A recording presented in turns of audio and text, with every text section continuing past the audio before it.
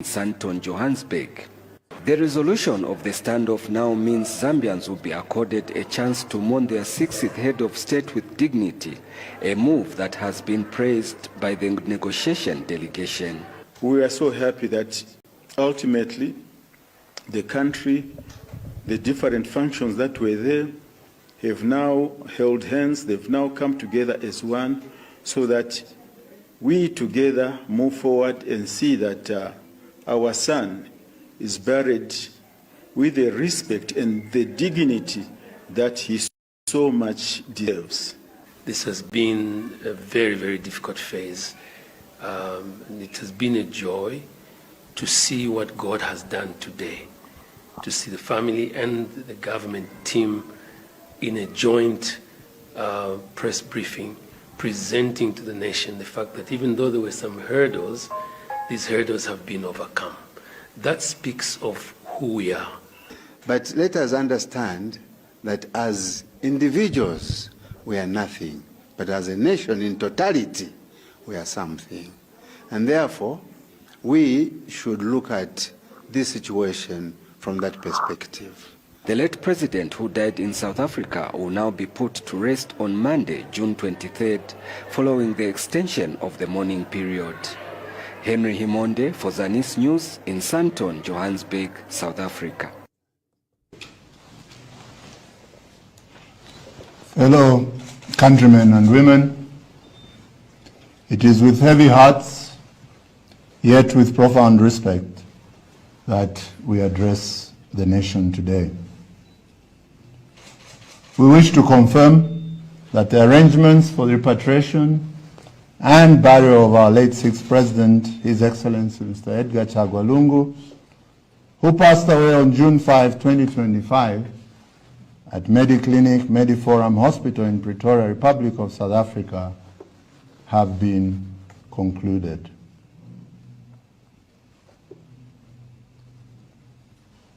I wish to put it on record that the government of the Republic of Zambia officially granted passage for the sixth president to come to South Africa for treatment. Professor Njovu, the official doctor of the late president, wrote to me as Secretary to Cabinet, informing us of the planned travel. I responded, Professor Njovu, that as a citizen of Zambia, any citizen traveling out of the country, the government of the Republic of Zambia provides support as long as treatment is outside the country. And I offered that we get Dr. Njovu and our Ministry of Health Permanent Secretary to discuss so that we could support the sixth president in his passage to South Africa. However, it is on record, Professor Njovu wrote back to me advising me that this was for my information and not for any support. So the passage was with the full knowledge of the government of the Republic of Zambia, and no officer was given any instruction to stand in the way of the coming of the president. Secondly, efforts were made, again these are on record, to support the president while he was in South Africa. However, with the history and the relationships, this did not come to pass.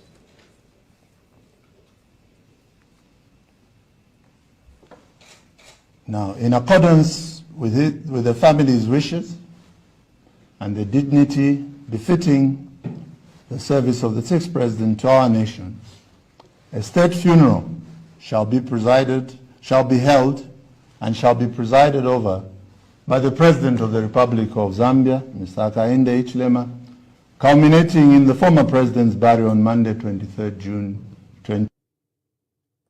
Number one, that the body of the late President Lungu shall be transported together with the family from Lanseria Airport in South Africa to Zambia on Wednesday, 18th June 2025, using a private charter made available to the family by well wishers. Secondly, that following the arrival and receipt of the body by family members in Lusaka, full military honors will be conducted at the Kenneth Kaunda International Airport, after which the body shall be taken to the funeral house in Chifwema, where it will lie instead. Thirdly, that the body of the late former president will be taken to Mulungushi International Conference Center on Thursday 19th June, Friday 20th June, and Saturday 21st June to enable members of the public to pay their last respects from 09 hours to 16 hours, after which it shall be returned on all days to the funeral house in Chifwema to lie instead. That the state funeral that will host foreign dignitaries shall be held at Mulungushi Conference Center on Sunday 22nd June, and the body of former President Lungu shall be taken to the venue and returned to Chifwema after the event, where it will lie instead. That a valedictory session will be held at the Supreme Court grounds in honor of former President Lungu, a lawyer by profession, on Monday 23rd June, to be followed by a church service on the same day in the showgrounds in Lusaka, one that would be conducted by His Grace Archbishop Alik Banda. That the body of the late former president shall always lie instead at the funeral house in Chifwema and only be taken away for the above stated functions during the day, after which it shall be returned to the funeral house every day to lie instead at the conclusion of these events. That the body of the late president shall always be accompanied by a relative, the aide-de-camp, and the former president's personal physician. That the period of national mourning shall be extended, and that the two parties shall always consult and agree on who speaks at all events. And further, to avoid the confusion that has been ongoing relating to the Patriotic Front Party, that Honorable Given Lubinda will speak on behalf of the Patriotic Front Party. It is important to emphasize that the family is proceeding based on the guarantees given by the government of the Republic of Zambia that they will not deviate from our agreement or betray the trust of the family and the wishes of the former president. The family hopes that this outcome will bring this matter to a close and avoid further trauma to the family and millions of affected ordinary Zambians. We wish to express our heartfelt gratitude to the Zambian people at home and away who gave the late former president their love, both in life and in death. Your outpouring of love has strengthened us and lightened our burden. We will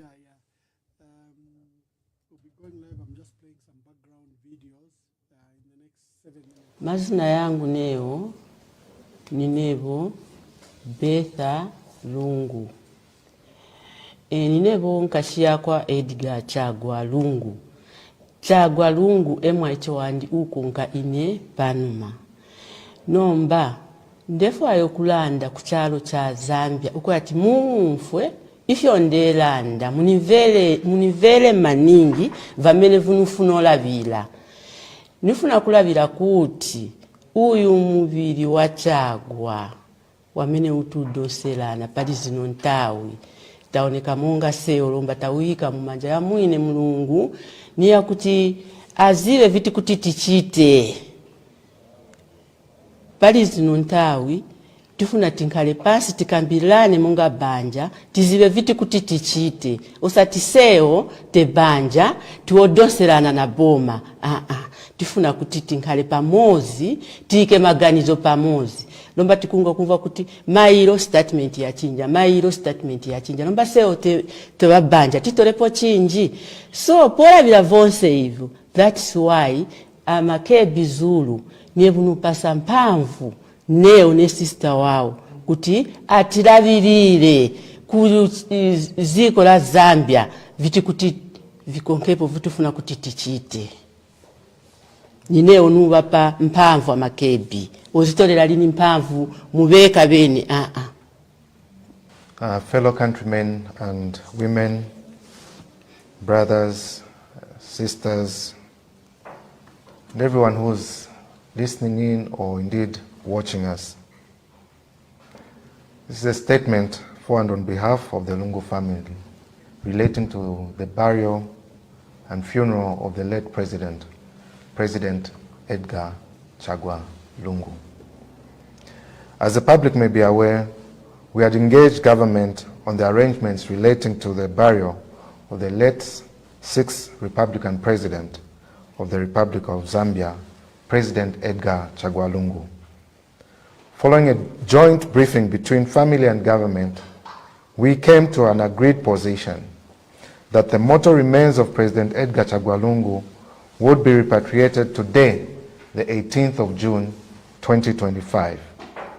It was agreed, among other things, that the body would at all times lay in state at the official residence of the deceased in Chifwema. It was further agreed that parties would jointly make decisions upon consultation. However, the family has noted with regret that there have been attempts to subvert the spirit of the agreement that the family and the government got into by engagement into the following on the part of the government.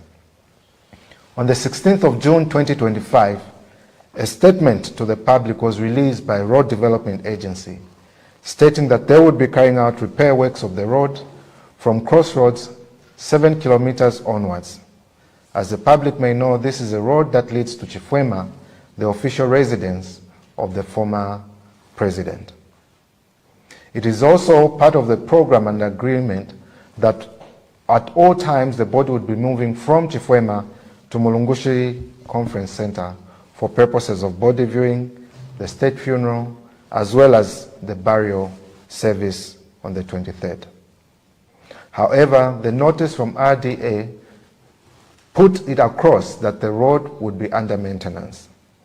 When this was brought to our attention, we advised the Secretary to the Cabinet that we weren't comfortable with these works as they tended to go against the agreement that we had.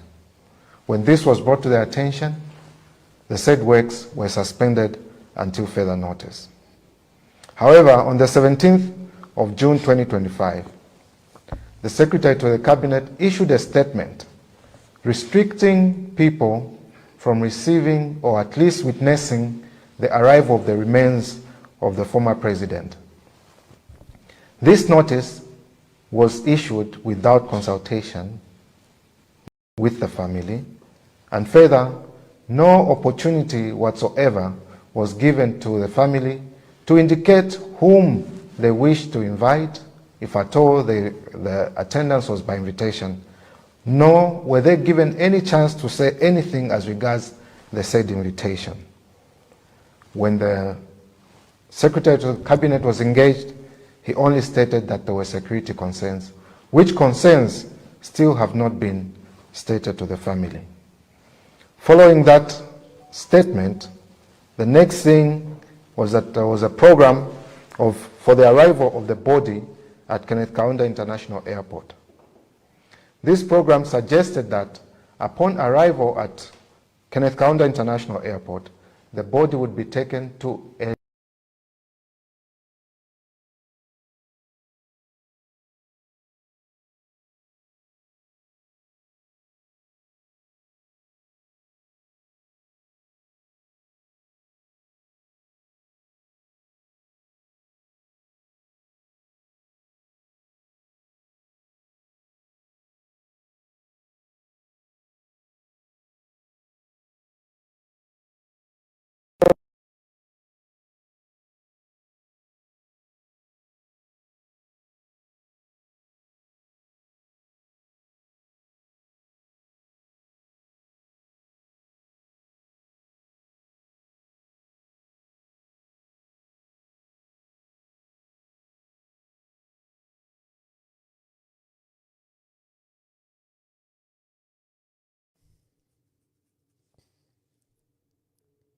anda munivele maningi anda munivele maningi anda munivele maningi vamene vunufuna olavira nifuna kulavira kuti uyu muviri wa Chagwa wamene utudosera seolomba tawika mumanja ya mwine Mulungu niya kuti azive viti kuti tichite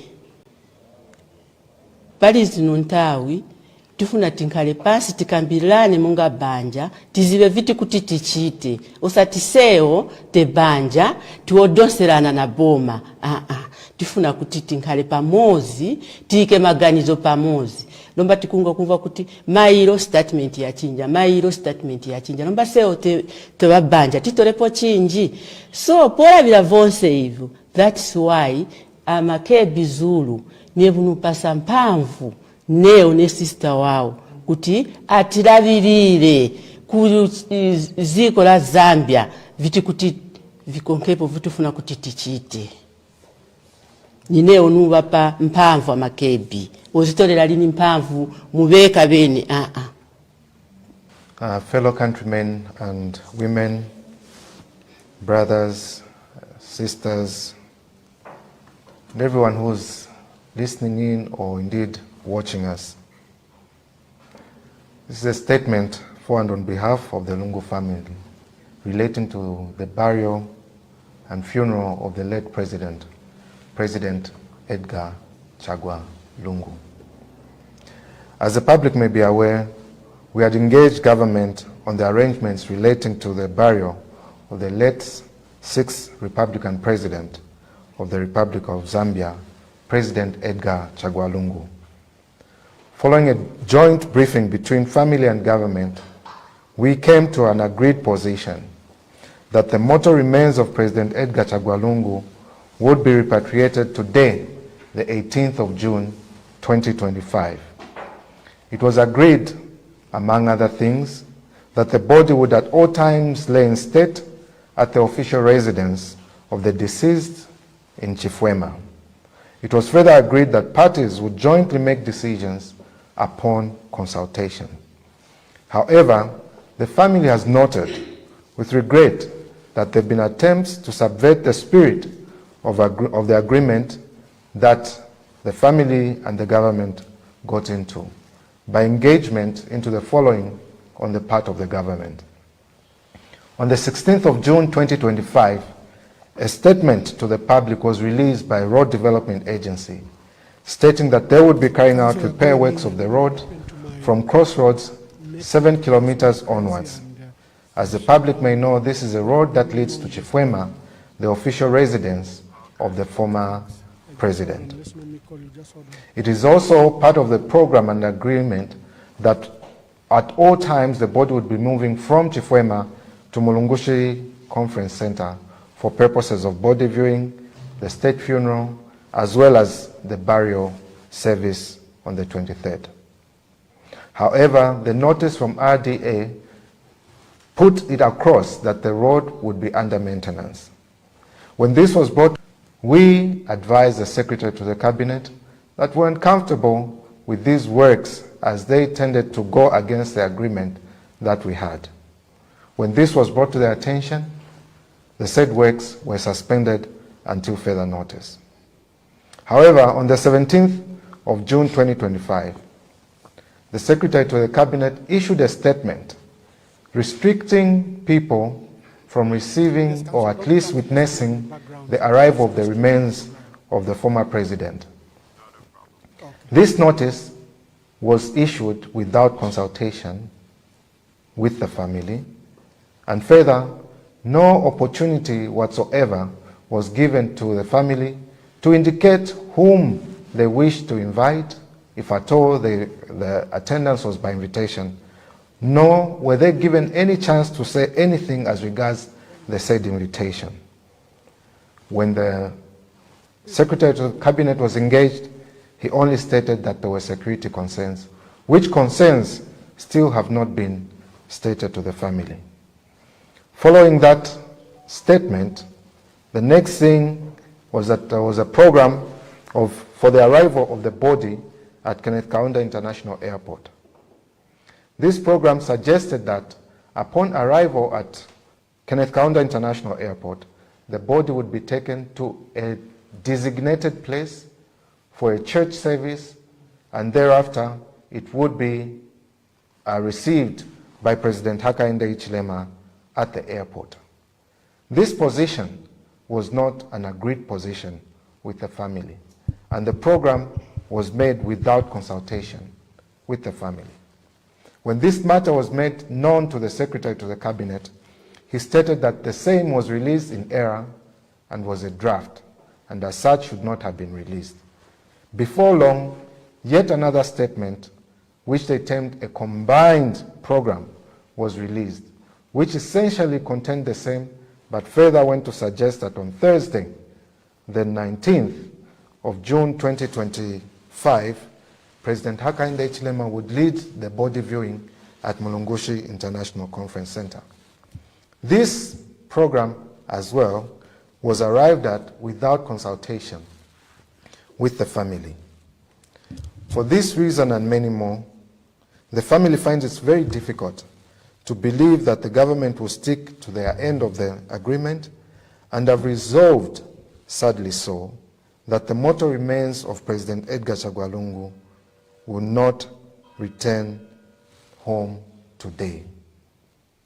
It is our hope that someday his remains will be repatriated back home and buried. I thank you. Good, thank you very much, and thank you for joining us. I was playing some video to give you background before I bring State Counsel John Sangwa on the program. Today we are hosting renowned lawyer and renowned human rights and constitutional lawyer, Mr. John Sangwa, State Counsel, is going to give a perspective of what has been going on. It's been 14 days since the president passed on, and by now people would think that the matter should have been resolved, but there's been a standoff between the family and the state over the family's wishes and over the state's role in this entire funeral program. An initial 7 days mourning was declared on Sunday. When it expired, there was a renewal that the mourning period would be extended up to the day when we bury the remains of the late president.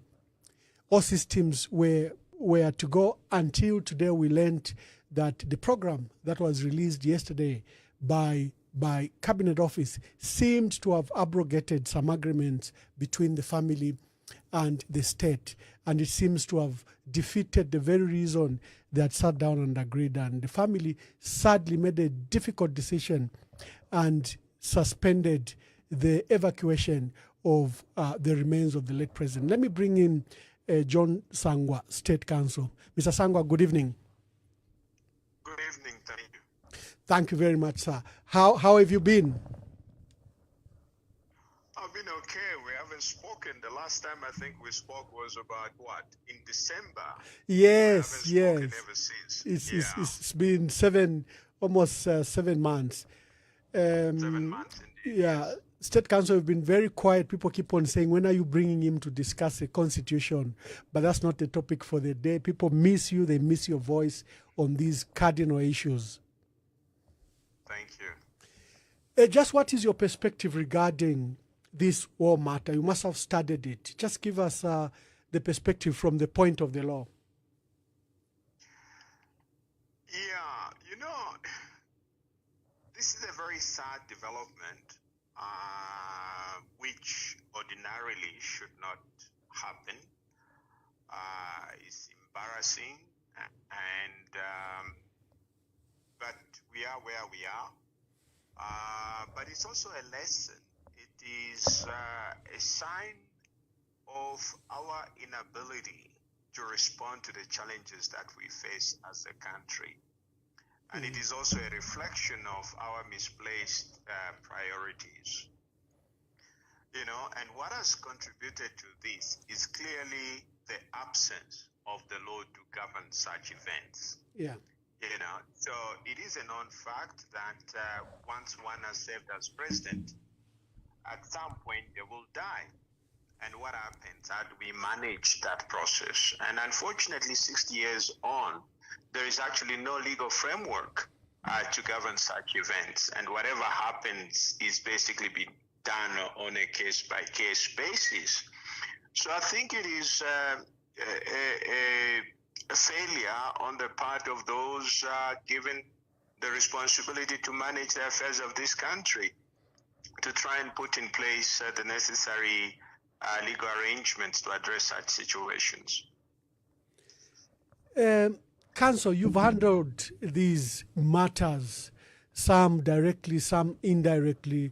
I remember the family of Dr. Kenneth David Kaunda engaged you because Dr. Kaunda, in all his memoirs, public utterances, always wished that you lie at Shambalakale and at least lie next to Betty. I think whoever would have died first, their remains should be put alongside the other. And when Betty Kaunda died, instructions were that she should be buried in Shambalakale. I was privileged to have been permanent secretary at the time for Northern Province. It was combined with Muchinga, and Chinsali was under me. I rushed to prepare the place where Mama Betty would lie, and for 2 days we worked, but at the last minute we were told that the remains would be put in Lusaka. When Dr. Kaunda died, Kaweche engaged you and said, as far as he knows, the father wanted to lie next to Betty, and there's no room at the Embassy Park for 2 burials. There's only one for presidents. I think that's one of the regulations.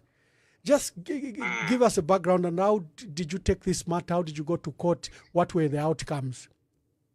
Yeah, but again, it's exactly that. You see, even combining the issues that we have at hand, one of the things that we need to understand is the fact that, you see, government is a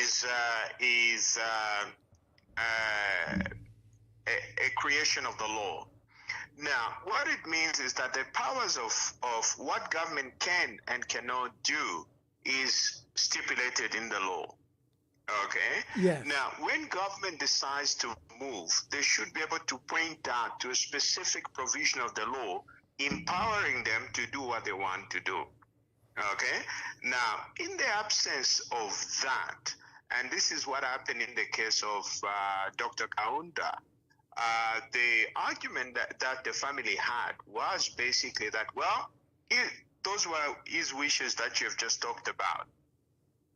But again, well, the government of the day, the administration of the day felt that no, he needed to be buried at Embassy Park. So basically overruling the wishes of the family and that of Dr. Kaunda himself. But the true position of what should happen, the true position of the law is, in the absence of the law, we are governed by the wishes of the family. Okay? Because there is no law to back up, to support government action. Now, for example, the only law that we have in place right now is the law to do with the payment of benefits to former presidents. That's the only law that is there, directly dealing with the issues of former presidents. And under that law, the only thing that a former president is entitled to, as of right, the funeral expenses.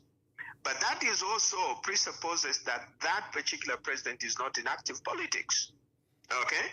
Because the law is that if one is in active politics, effectively those benefits are suspended. He cannot access those, whether dead or alive, he cannot draw those benefits. Now, these are the challenges that we have. In a situation that we have at hand, the most logical, from my perspective, it is a very, very simple matter. Government has no legal backing for whatever they're trying to do. And in this case, what should have happened is that the family should have taken the lead role, and government's role is simply to support the wishes of the family. And in this case, what government should have done is to approach the family to say, okay, fine, what are your plans? What is it that you'd like government to do? Okay? Then if the family wanted it, then they would explain to the government, and government would now be able to, by the way, I mean the administration anyway. Yes. The administration would now be able to say, okay, fine, we will do that. And the family can say, you know what? No, thank you very much. We have everything under control and everything else. Then the administration will pull back and say, okay, thank you very much. But if you need our help, we are there. It's a very simple matter. But the problem is, I mean, it's so shocking and amazing that this thing has taken a life of its own, you know, which is very, very sad. Then, then there's now room for speculation as to what exactly is the motivation behind all these things, you know? So in other countries, for example, even if, let's say, you want to talk about these things, you see, take, for example, Tanzania. There is a clear piece of legislation, okay? Yeah. Which sets out what should happen when a former, first of all, there are categories of people that are entitled to state funeral. It's not just every Jim and Jack, okay? Now, under that act, they call it the National Leaders Funerals Act. Okay? National Leaders Funerals Act, okay. Yes, okay? It is there in Tanzania. Now, there is an elaborate process as to who are the leaders that are entitled, what happens when a national leader dies, who is to make the announcement, okay? And then what happens if the leader dies outside the country? What is the procedure? What is the procedure, for example, if, let's say, a president or former president dies? Everything is laid out. And in addition to that, there is what they call funeral committees, okay? And those funeral committees, Ambassador, they even have a budget. Wow. Now, you have spent so much money in this during this particular period. Who is going to account for that money, by the way? And these are taxpayers' money. So now we have an elaborate. There is an elaborate procedure. For example, even in Tanzania, there is what they call a national cemetery. Now, in Zambia, you don't even have a national cemetery. Okay, so you bury them at the embassy park. There is no law gazetting national providing for the existence of the embassy park. There should have been an act of parliament to that effect to designate that place as a burial place for leaders. Okay, now there is nothing like that. So all what we have is a state of lawlessness. Okay, now in addition to that, for example, in Tanzania, there is a procedure. If a president leaves a will where he has directed that he has to be buried somewhere else, okay, the government will respect that. But what they will do at the national cemetery, they still put a tombstone or whatever, a plaque to commemorate, to designate it, to recognize that particular leader. And then that leader will be buried wherever he wants to be buried. Even when it comes to the actual service, how it will be conducted, the law clearly states that the funeral rites will be conducted according to the faith of the deceased person. If he was Catholic, then that Catholic procedure will be followed, whatever the denomination of the deceased president was. If he was an unbeliever, then that will be respected. Now here, we are wallowing in darkness. Why? Because there's no law. And government has the administration has no basis on which to do whatever they want to do. Or at the end of the day, the owners of the body, there is this concept that people talk about state property, state property. Where did they get that idea? There is no such a concept at law anyway, okay? In the absence of the law, at the end of the day, the people that have a final say in these matters is the family. These are the people that have direct loss. Yes, as a country, we have lost a former head of state, granted. But these are known as the bereaved family. Our job as citizens is to be able to make the burden easier for this family, not to complicate things on their, not to complicate things for them. And all what should have been done is to respect their wishes. Now, they have to dictate what government's role will be. And it's not for the government to dictate what its role should be. No, there isn't. There's absolutely no legal basis for that. Now, people have been saying, look, how did we deal with Dr. Kaunda? For example, Dr. Kaunda and Levi Mwanawasa, I think a clear case in point where they made a choice of where to lie. For Levi Patrick Mwanawasa, it's even sad because he put his choice in a written, tested will. He even produced a video to that effect. But the state came in and said, because of national interest, they overrode his wishes and the wishes of the family and decided that he should be put at Embassy Park. Was that an act of lawlessness, or does national interest even override the law? There is nothing like that. Even national interest doesn't exist in a vacuum. Okay? Now, what it is here, to answer your question, yes, that was an act of lawlessness. Okay? Because even as a president, first of all, you're a human being, right? You have a right to write a will in terms of how you'd like your death will have to be, what will happen once you die. Okay? And the law recognizes a will. We have the Wills Act in this country, okay? Which recognizes one's last testament. So government or no one has the right to override that. Now, the fact that it was overridden, that was very sad. That was lawlessness. I mean, who defines, first of all, national interest? Okay? Who defines it? Okay? Yeah, in any case, when you say national interest, what do you mean exactly? What is that?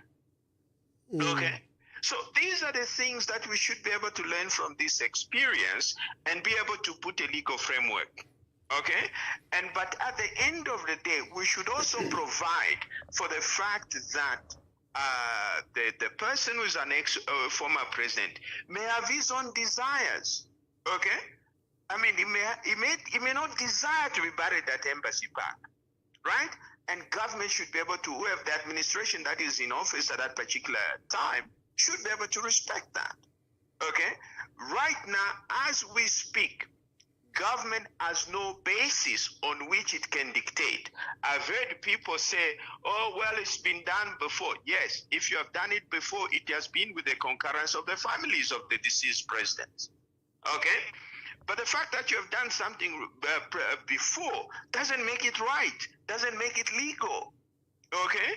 So what is required, I hope the administration will learn from this particular experience and give priority to make sure that we have a sound legal framework to govern such events so that everything is clear. Now, here's the problem. In the absence of the law, whatever government administration is extending to the family is seen as favors, not rights. Okay? Now, if you extend a favor to me, I have the right to reject that favor. Okay? So, but if it is set in a statute, the family can claim that as a matter of right. Okay? Right now, even the extent of whatever is being extended to them is not known. What they're entitled to, they're not entitled is not known because there's no legal framework for that. Okay? So, Council, before you go any further, what authority has government been using? Because we know of the 7 days for presidents and former presidents. We know of that is for declaration of national mourning, flying flags at half-mast and lying at Embassy Park. What regulates this? Is it precedent? Is it what authority is government using? You've worked in the civil service. You're a better place to explain that. But I'm telling you, I've searched the law. There is no such a law. Okay? There is no legal framework for all these things that we do. Okay? If you see the first starting point, even when you created the Embassy Park, if I remember correctly, the first person to be buried at Embassy Park was Levi Mwanawasa. President Mwanawasa, yes. And you don't even, I can't even remember how that decision came about. Now, the first thing that government should have done is to designate, issue a law, to issue a law designating that place as a burial site for former presidents. There's nothing like that. Okay? Next, first of all, who is responsible for taking care of Embassy Park? Who is responsible? Do we know? Well, provisionally it's done by Works and Supply, and I think they take it like they do to government properties. Exactly, which should not be the case. So in this case, there should have been a clear law, designate the institution that to be responsible for managing that particular place, and also to provide a proper budget for the maintenance of that particular place. We don't have that. I've just heard that no, there should be even the 7 days of mourning and things like that, whatever. The point is that there is no, Parliament has never passed an act of Parliament to regulate such events. Okay, I've heard that there is some cabinet secular, what cabinet secular is not law. Ambassador, I'm sure you know that. Okay, so what should happen is that we should be a country of laws. When we respect the laws, we shouldn't have these kind of problems. And we have this kind of problems because we basically love lawlessness. Now, one of the problems you have is that in this state, who is controlling the expenditure, whatever money is being spent in this situation? Okay? Now, there are all manner of issues arising out of this situation. So these are the challenges that we face, and the best solution is to put in place a law to govern such events. Coming down to this crisis, I'm glad that you've cited, for example, the Tanzanian law, which defines everything from who announces when someone dies and whether the person died, whether the president or former president died abroad or locally, and what needs to be done. And there's even a designated national cemetery. Clearly, we need a law. But in these circumstances where we are using ad hoc procedure and some precedent of how we handled Kenneth David Kaunda, Levin Mwanawasa, Rupia Banda, Frederick Chiluba, Michael Sata, now Edgar Lungu. You've been following this matter. What should happen? Well, I think it's very simple, Ambassador. From where I stand, it's very simple.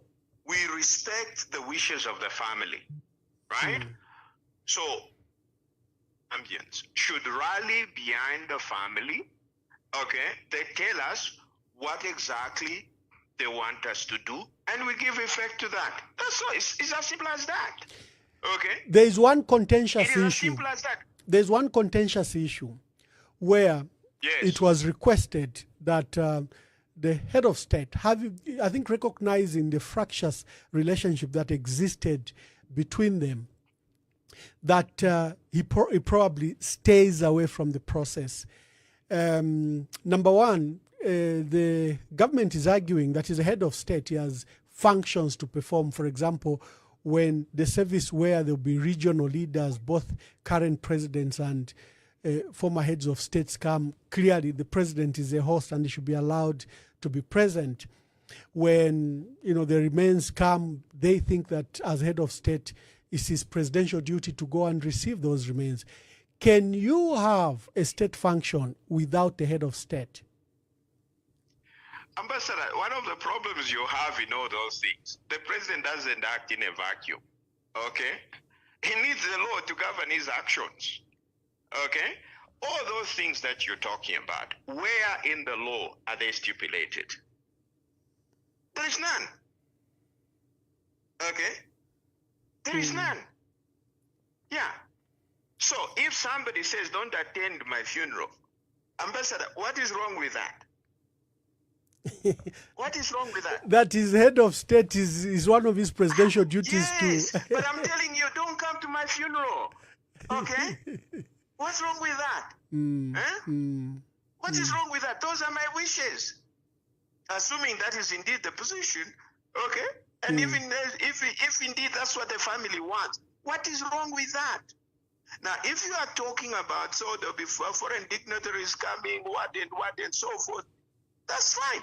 Then let the family sort out that, okay? Maybe they'll be able to say, okay, fine, the head of state is not attending. How are we going to manage this process in the absence of the head of state? Okay? I mean, at the end of the day, Ambassador, we have to do what the family is saying in the absence of express legal provisions. Okay? So, because at the end of the day, it is the funeral for this family. This is the family that has lost a brother, they have lost a husband, they have lost a father, they have lost a grandfather. I mean, these are the people should have a final say.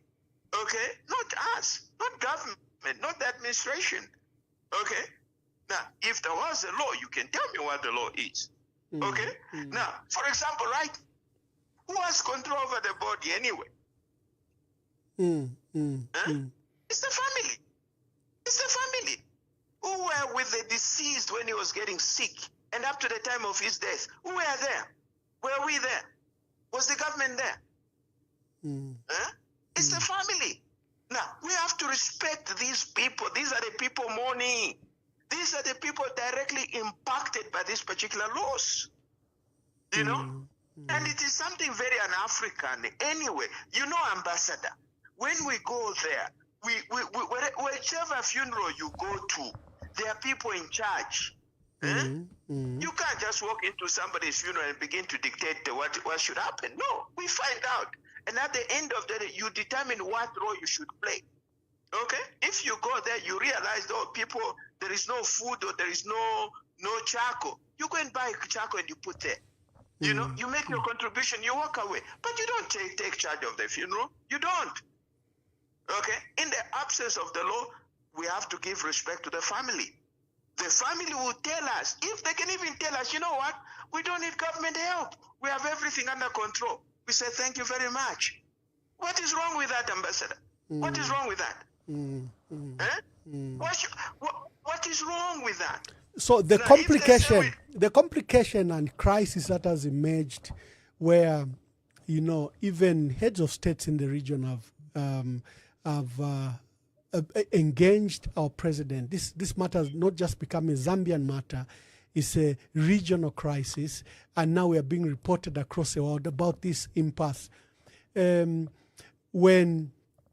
When President Emerson Mnangagwa, who has personal interest in this matter, first of all, because number one, they were classmates with Edgar Lungu. You know, they even obtained those honorary PhDs together. They had a personal relationship. And then, you know, they were co-leaders in SADC. He sent his vice president to come and help resolve this crisis. The president assured him that this matter will be resolved. There's no need for the late president to be buried outside the country, and there's no need for this impasse, that he was going to invest in the process to ensure that the remains of the late president were brought in and that the wishes of the family were respected and honored. And we saw a huge delegation led by Mulambo Haimbe, the Minister of Foreign Affairs, together with seniors like the Vice President, former Vice President Enoch Kavindele and Leslie Mbola. And they sat with the family on one side. And then we saw that the matter was resolved. I think even the country was relieved. We congratulated both parties for this matter. Then the day of repatriation of the remains of the late president was today. Event started yesterday. A program was released, a program that was detailed and showed that the president will receive the remains of the late president. He will conduct, the army will conduct a military ceremony, and there will be a church service at the tarmac. And then, you know, tomorrow there's supposed to be body viewing, and the president will be the first one to view the body. So, according to the family, those immediately abrogated the agreement. I think the understanding with the family was that the president will participate, yes, will superintend over this funeral, but it will be the day, especially the day when he hosts his colleagues from the region on Sunday at Mungushi International Conference, where there's supposed to be a church service for VIPs and dignitaries and leaders from the region. And that is the major impasse. Among other things, there were political things. I think the political things like a funeral by invitation, where they sealed off the people who should be invited. Then they sealed off the airport road. I think those are more political than issues of the family. But the family's primary concern is the president's participation in the program. And the agreement was that he will participate, he will superintend, but I think his participation was defined, and they feel that this particular matter has been abrogated. It might seem small, but it has caused even a major, bigger crisis. But also, Ambassador, I think we have to put these things into context. Yeah. Okay, when we look at it historically, I've dealt with the legal issues, but let's go to the political issue. Okay, to the political aspect. You and I know, right, that when President, this thing goes back to 2016, if you recall, right? Now, there was a general belief that the election of 2016 was stolen. 2015 or 2016? Okay, yeah. 2016. You remember that? Yes. Okay, and also even the way the election petition was Handled. ended up, it left bad blood. Okay, we have to go back to that. Okay, and if you remember, for a while, maybe throughout the tenure of President Lungu's second term, I think the current president did not even recognize him as president, if you remember very well. Yes. Okay. Now, yeah. Okay. So we have, these things are not happening in a vacuum. There is context to these things. Okay. So there was already that bad blood. Now, you remember what then transpired to prove that he was actually head of state. The current president was arrested for a minor traffic offense. And what was the charge? Treason. Okay.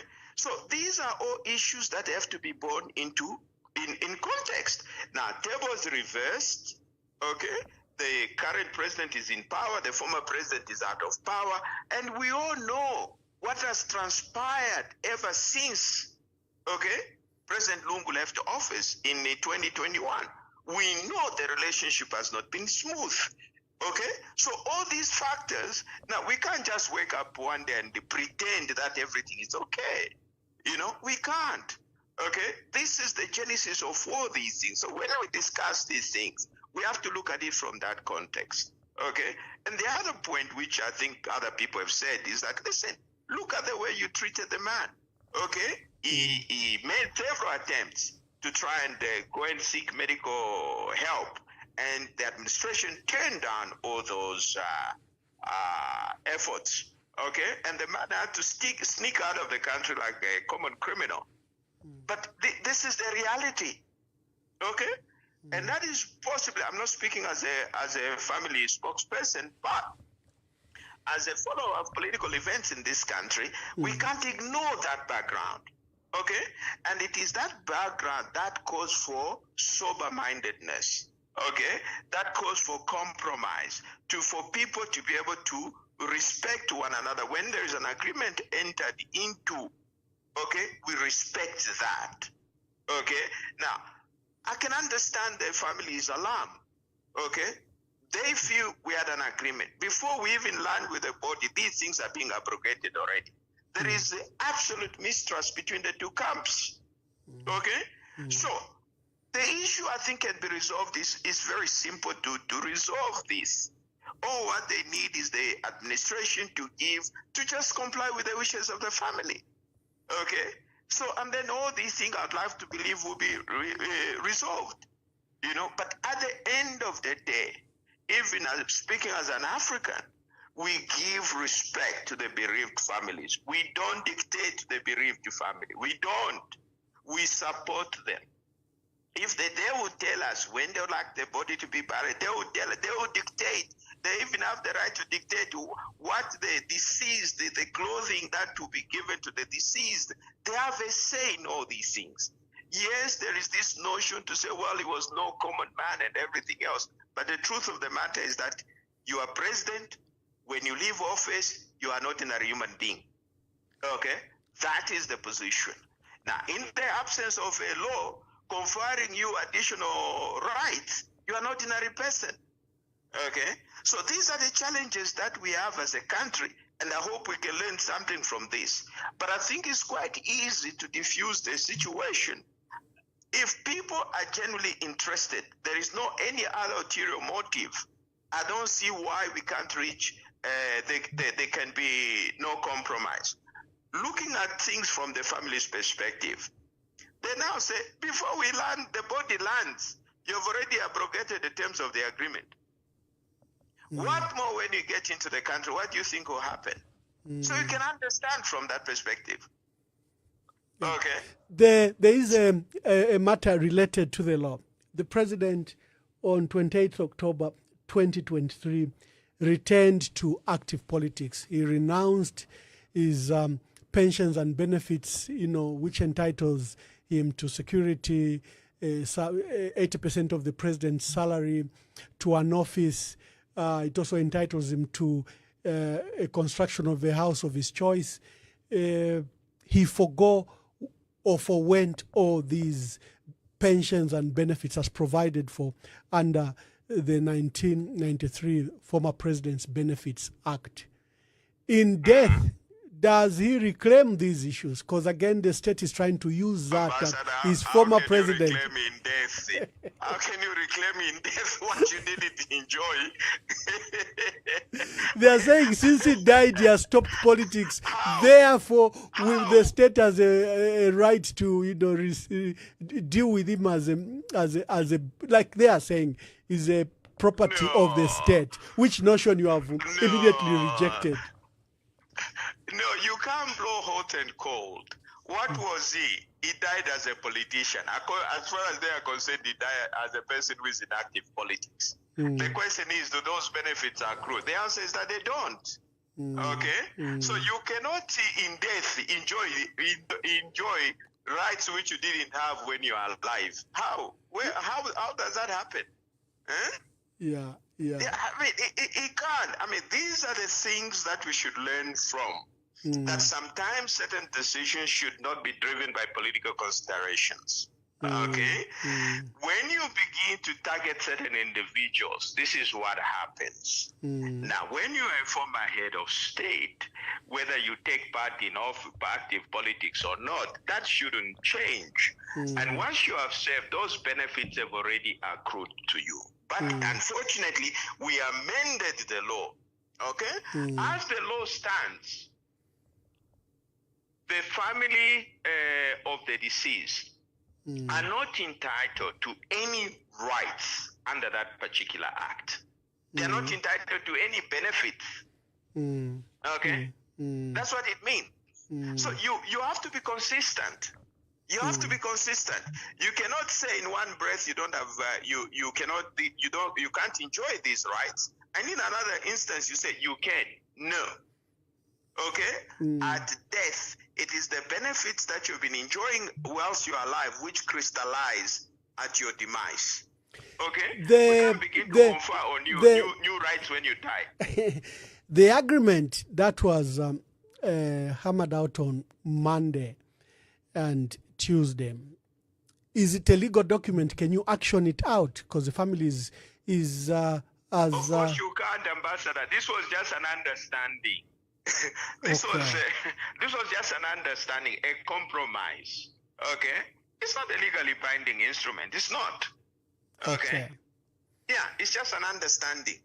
To say, okay, fine, this as a compromise, you'll do this, you'll do that, and this is what is going to happen. Now, why did they go to do that, Ambassador? Why did they enter into that agreement? They entered into the agreement in recognition of the fact that there is no law dealing with the situation. Okay? If there was a law, there would have been no need for that agreement. Everyone would have referred to the law. Would have been laid out. Yes. And the very fact that they entered into that agreement is a recognition of by the administration that they have no legal authority. Because why would you enter into an agreement when you know that you already have rights under the law? Why would you do that? Okay? They reached that understanding. They had to send emissaries to reach that understanding. Why? Because they recognize that they don't have the legal authority to do anything in this matter. Okay? So, but if they had, there would have been no need for this particular agreement. Okay, because then everything that have been following the law smoothly, the family would have been legally guided, and the administration would have also been legally guided. Okay? Now, the fact that there is no law, that is why there was this initiative to try and reach an understanding. You know, and whatever they reach is basically a gentleman's agreement. Okay, which now they cried foul to say it's already been abrogated before it could even be actuated fully. Okay, so the very fact that they entered into that agreement, Ambassador, cements the fact that there is no legal framework to govern this arrangement. That is why they had to agree on all these things, what is going to happen when the body lands and everything else. And that is because there is no law. Okay? That agreement then was going to be the framework within which this particular funeral was going to be conducted. Now they are saying, wait a minute, you have already abrogated what you have agreed upon, what we agreed upon. Yeah. Difficult one, Council. Very, very difficult one. What would you say? No, it's not difficult, Ambassador. If there is a good faith, if people can all be genuine and act in good faith, it's a very simple matter to resolve. Okay? No, if it's not a legal agreement, it's even worse, because politicians are not known to honor agreements, to honor their own promises. So you can understand the predicament of the family anyway. Because politicians, if it's not a binding agreement, look, they walk away from promises they make. Politicians abrogate even the documents that they signed before the ink has dried. They even abrogate them. They sign things which they know very well that have no intention of honoring, of respecting. Yes. So you can understand the predicament of the family. You know. Now, you are just not a renowned lawyer, you know, of good standing. You are, you know, a thought leader in our country. You provide opinions on various issues. What would you say, first of all, to President Hakainde Hichilema? What would you say to him? Two, what would you say to the Zambians that are saying, look, this man was our president. I woke up at 04, queued up and voted for him. You know, I want to mourn my president. Can that opportunity be available to me? So what would you say to President and then to the people of Zambia that are anguished and, you know, are surprised by the confusion that has gripped this funeral? My point to the President is very simple. Respect the wishes of the family. Okay? If there is anybody, of course, there are so many people who have now come up who are turning out to be mind readers who may have read what President Lungu was thinking. But if there is anyone who can tell us what President Lungu thinking was whilst alive, it's the family. Okay? It's the family. And at the end of the day, we have to respect the wishes of the family. Okay? And most importantly, it is the family that have lost. Okay? So in this case, my plea to the president would be respect the wishes of the family and facilitate the realization of their wishes. Okay? So that we put this issue to bed. Okay? To my fellow Zambians, and I'm saying that, you know what? We need to support the bereaved family. Because these are the people, yes, he's our president and so forth. It is sad that he's died, but the people that have lost, that have experienced that void, it's not us as Zambians. It is the immediate family. Now, this immediate family deserves our support. I know it can be frustrating, and there are so many voices being thrown around here and there.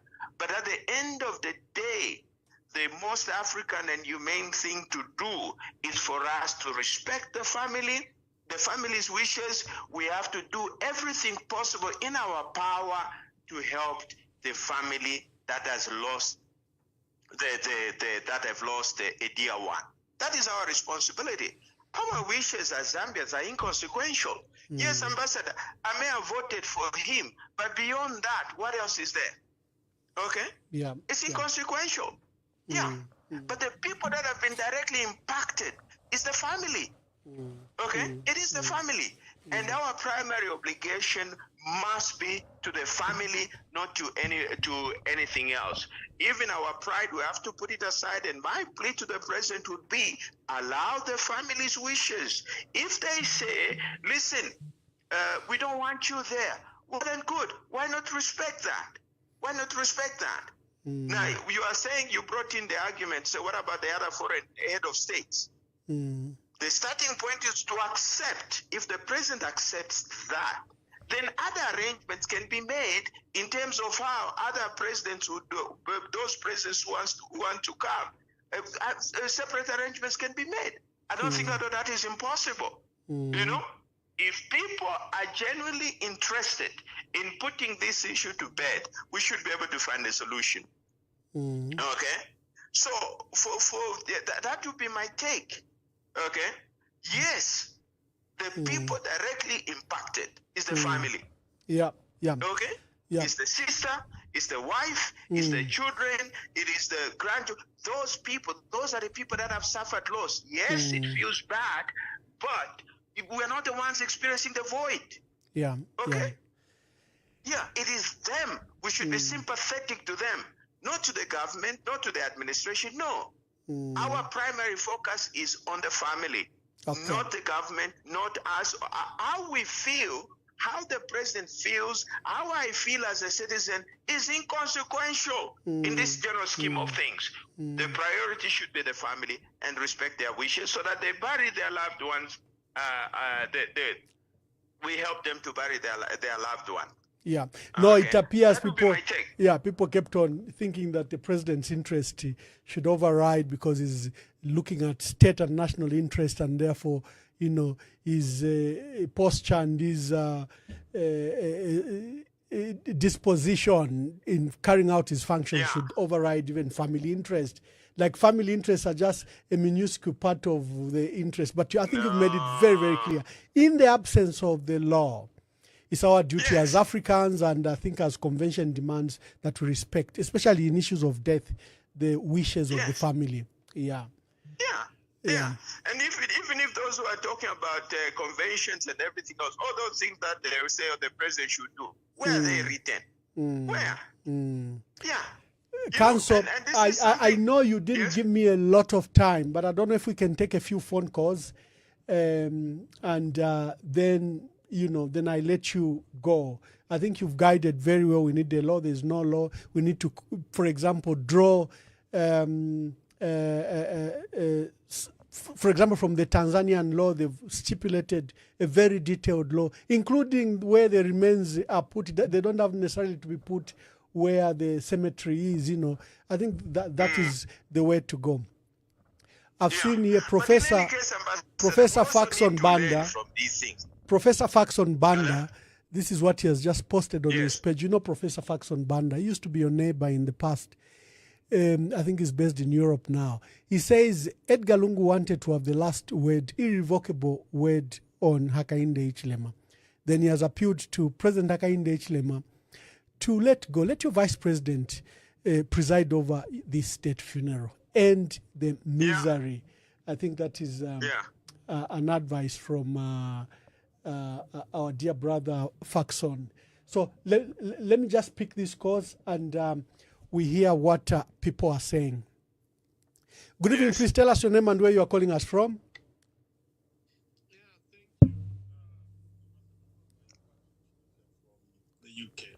Patrick from the UK, please make your quick contributions. I'm hosting Mr. John Sangwa and is listening to you right now. And I've been watching. Oh, wonderful. Yeah, State Council, a pleasure to see you. Thank you. We really miss your leadership and counsel. Thank you, my brother. I've been listening and I'm so happy that you've really solved a big problem in the country. Because people were throwing stones here and there. You've explained it clearly, and I think the nation has listened. My only question is, My only question, State Council, I just want you to clarify something. When the president, I think, was visited by some, I think, vice president from Zimbabwe, there's a video, Ambassador Mwamba, which has been circulating. I even posted it on my Facebook, where the president was saying, was assuring this delegate that everything is going to be resolved and it has to be through dialogue. And then he also mentioned that he could have used, he alluded to the fact that he could have used state powers, you know, to override everything. But he believes his administration will go for the dialogue. What kind of state powers can the president use in this situation? Thank you. Thank you, Patrick Chilufya from the United Kingdom. Council, before you answer, there is a queue of phone calls. Maybe just we take note. The president, when you hosted Honorable Constantine Chiwenga, the first vice president of Zimbabwe, he said he's acting with restraint, that he's not going to use state power to resolve this matter.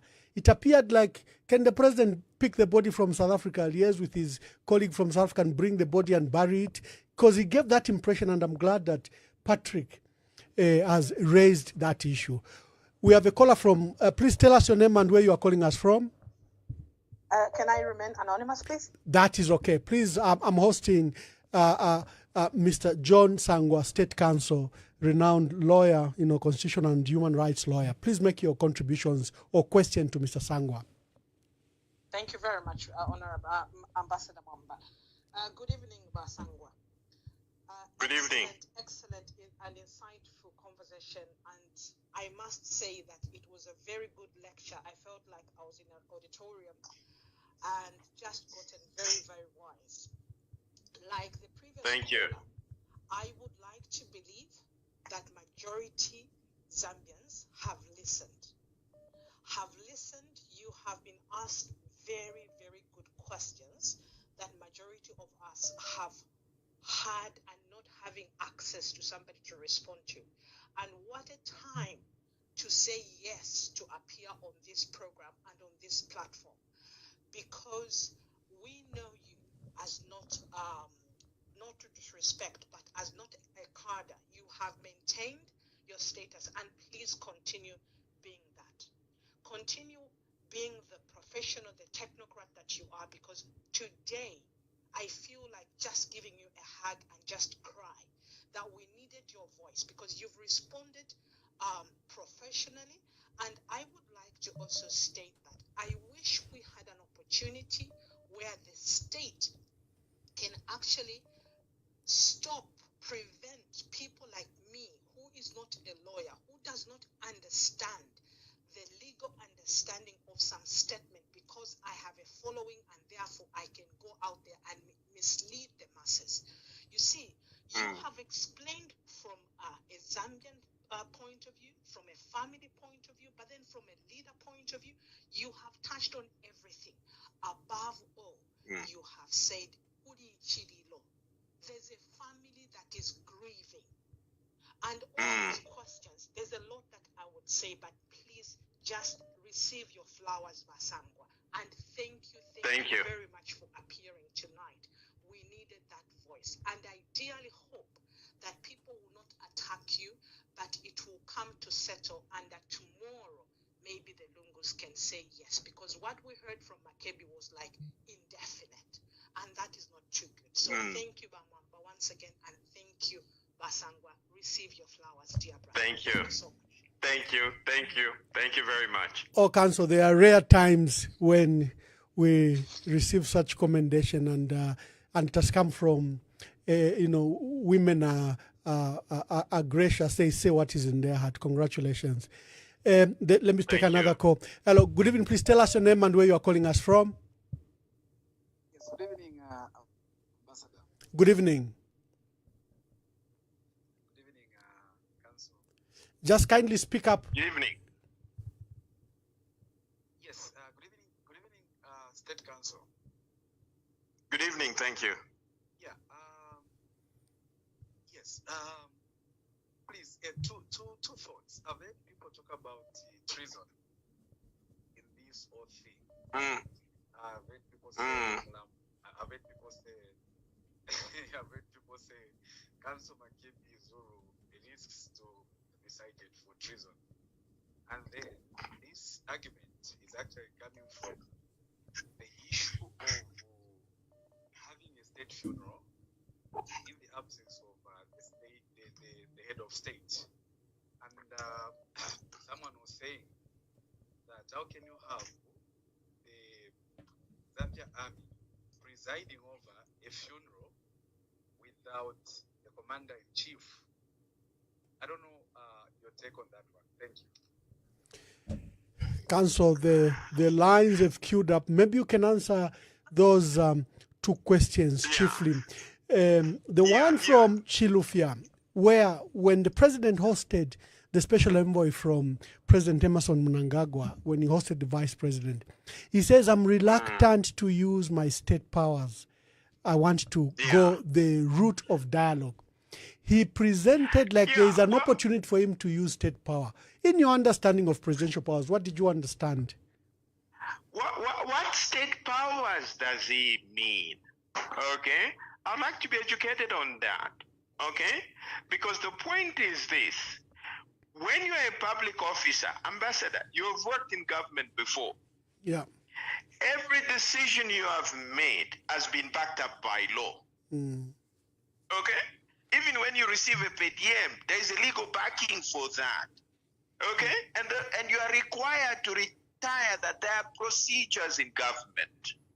Okay? Now, when the president says he is reluctant to use state power, which state power? Other than engaging in lawlessness. Okay? There is absolutely none. There is none. So when he says that, it is basically suggesting that he's ready to engage in acts of lawlessness. Because there's absolutely no law to back up whatever they're trying to do. W.K. Mutale Nalumango in Parliament last week, when a question and answer session emerged, she stated that some of the proposals coming from the family were treasonous, and she threatened that if anyone held a state funeral without the presence of the head of state, they will have committed treason. What is your view of that? Yeah, but I mean, you know, sometimes, that's why we should be careful of the people we elect, some people, some of the comments they make are dangerous in themselves. Okay, because first of all, I mean, this is a funeral. I mean, even from a legal point of view, even if somebody died intestate without a will and so forth, the people have immediate say. It is the wife and the surviving spouse and the children. Now, you are now saying state funeral or treason. How can it be treason if the family says we're not bringing the body or we want it done this way? But even when you are and it brings us back to the issue we are talking about. Ambassador, all these things we are talking about, state funeral and so forth, there is absolutely no legal framework governing that. Okay? Now, also remember, it is when you are given a state funeral, it is a recognition. It is a privilege, right? Yeah. Now, what stops me from rejecting that privilege? Okay? Yeah, the family is at liberty to reject that. They can. Okay? Yes, you have recognized our deceased, what and what, but no, thank you. We are not accepting. What is wrong with that? So there is no such a thing as treason in the circumstances of what we're talking about. Yeah. Nothing. Okay? Which law has been violated? Which law? Yeah. Okay, what is it? What at the end of the day, we are simply saying the wishes of the family is that Mr. ABCD should not attend the funeral. What is wrong with that? Okay, Council, let's take some more questions. Hello, good evening. Yes. Good evening. Please tell us your name and where you are calling us from.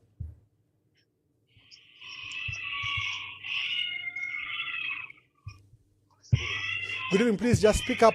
Tell us where you are calling us from and make your question to Honorable State Counsel. All right. Postpones. This is Sam there. State Council, how are you? I am very well, thank you. All right, thank you so much. For me, I think it's mainly a contribution. And, you know, as citizenry of this country, we wonder when one gets into office how safe the country is. Because when you talk about what's happening in the country right now, especially when we are mourning the president, if you come to a normal place like Matero, for example, people are giving objective reasoning where they are telling you that, look, why can't the government do this? And why can't the family do this?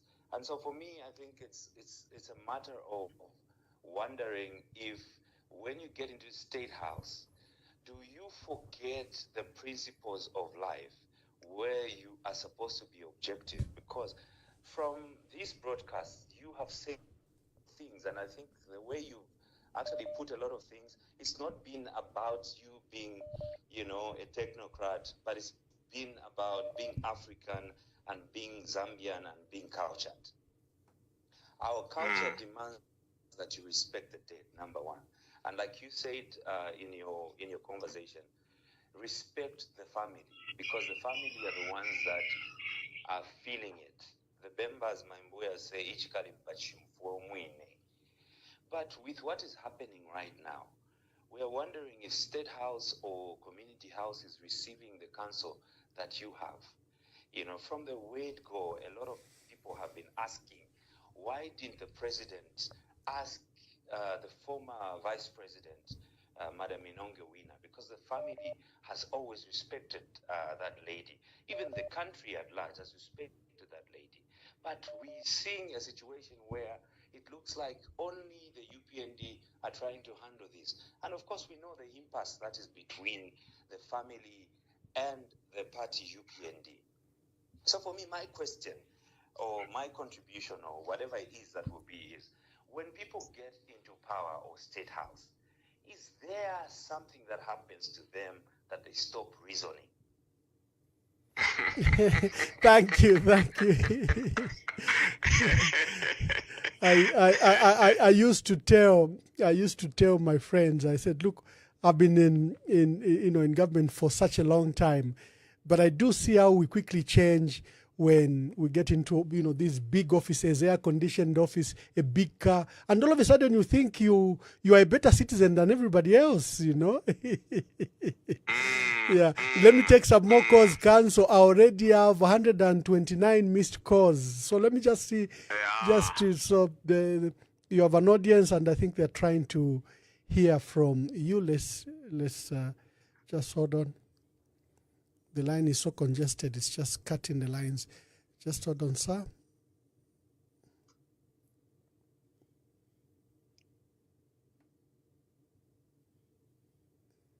Oh, come on.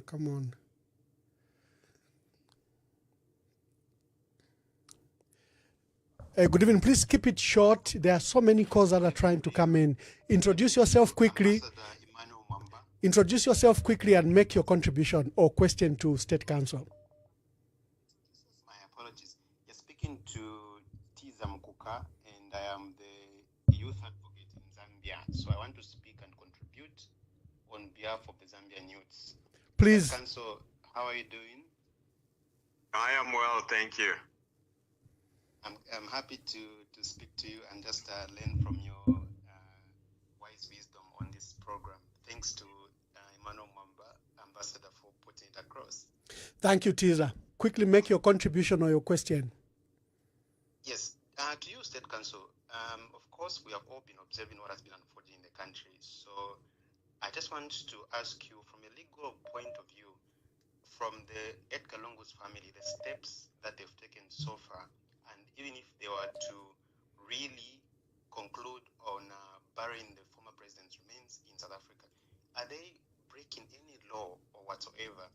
And also those that have been siding with them so far since the whole battle began, is there any law that has been broken? And is there any law that prevents the former head of state? We understand that his state property is there any law that prevents him from being buried in a different country apart from Zambia? That's my question to you, State Counsel. Thank you, Teaser. Thank you. Let's just take some more questions. Good evening. Please tell us your name and where you are calling us from. My name is Kakwimbi. Batangwa, how are you? I'll be very quick. I am well, thank you. I just want. Yes. Batangwa, I'm a fellow Priva, and I want to find out, Secretary to the Cabinet, Kangwa, are there any repercussions for someone like that coming out to openly lie? Lungu gave him granted because we've been watching. Is there anything can something be done about such kind of lies? You know, that's why we are developing this kind of hatred. You see your president, and then you look at him, and then you say, these people are liars. We're educated and things like that. As we work with tools, are there any repercussions for people like you in those serious political things? Because it has drained us. And I'll end because this is my question to you.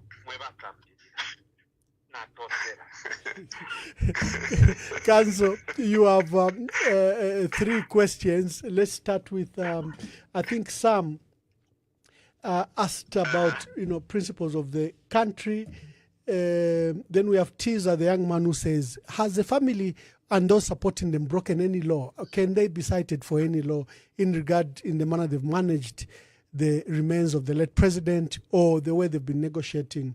And the last one is the Secretary to Cabinet lied, and then he bemoans that politicians are lying. Is there a sanction or effects for liars? It's like it has now been normalized. You can answer those quick ones. Yeah, remind me about the first question. I didn't jot it down. Sam is asking about how safe the country is if principles which are supposed to be ordinary are broken.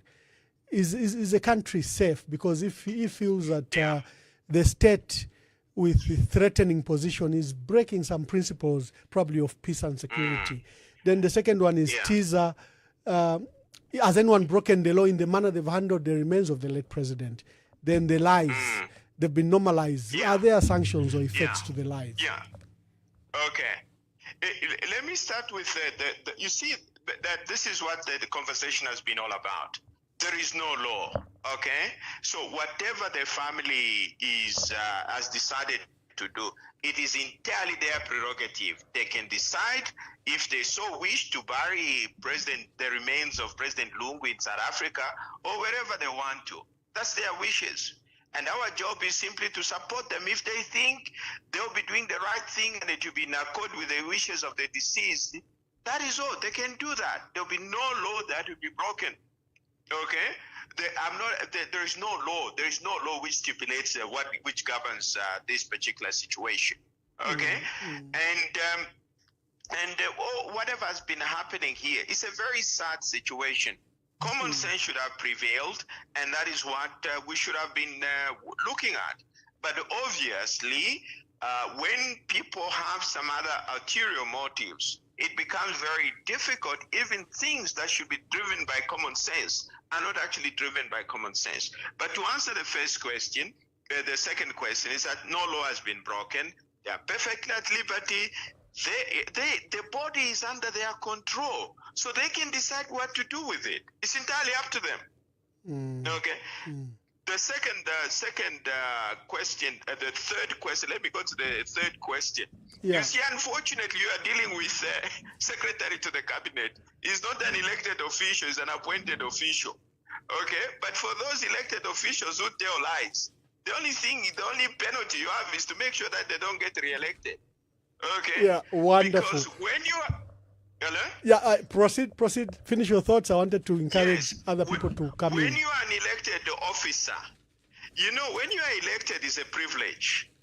Okay, it's not a right to get elected. When you're elected either president, member of parliament, councillor, or mayor, it's a privilege. You are there to serve the people. You cannot turn around and start lying to the people that elected you. And when you do that, you have betrayed that privilege. You have betrayed that trust. And the only penalty available is to make sure that such people are never re-elected. That's the only penalty you can impose. Wonderful. Now, the first, let me take some three-course counsel. I know I'll disrupt you, but let's just see how many calls we can quickly take, and then we allow you to go. Please tell us your name and where you're calling us from, and make it short. Good evening, Ambassador. I'd rather remain anonymous. That is fine. Good evening, Council Sangwa. Thank you so much for this submission. It's people like you that give us hope that this nation still has decent leaders. People that are not given to bread or, but they really love this nation with a passion. Men that are decent and love Zambia as it is. Thank you. I only have one question. I think I saw something that was written from the Law Association of Zambia, where they say that that it cannot be that the president's absence from this funeral would not be national mourning or something like that, and they stated that the president has to be there. It should be taken by, if it should be considered national mourning because he's the hosting president. I just wanted you to shed more light on that, and then if truly what Law Association of Zambia wrote is wrong, I'm wondering what premise and in whose interest they write that, and especially where they stated that the president has to be there for it to be considered national mourning. Thank you so much. Thank you. Let's just take some more questions. Let's just. Ambassador, I can answer this one first. Okay, before you lose your thoughts, okay, proceed. They will hold on. I spent 20 years teaching law students at the University of Zambia. And the point that I always used to say, before you open your mouth, check the law. Yeah. Okay? And whatever you say, it must be backed up by law. And I've just explained, even all these things that we talk about, national mourning and everything else, state funeral, there is no law. Okay? There is no law. So I don't know where the Law Association got it from to say that the presence of the president makes it a state funeral. I don't know. I don't see the connection between the two. They cited your own case, the Kaweche versus Secretary to Cabinet. Was all about. I did that case, and in fact, that case was driven by the fact that we are challenging the decision of the government because we were saying you have no powers to do what you're about to do. What was the ruling, to your knowledge, by the court? Pardon? What was the ruling of the court on that matter?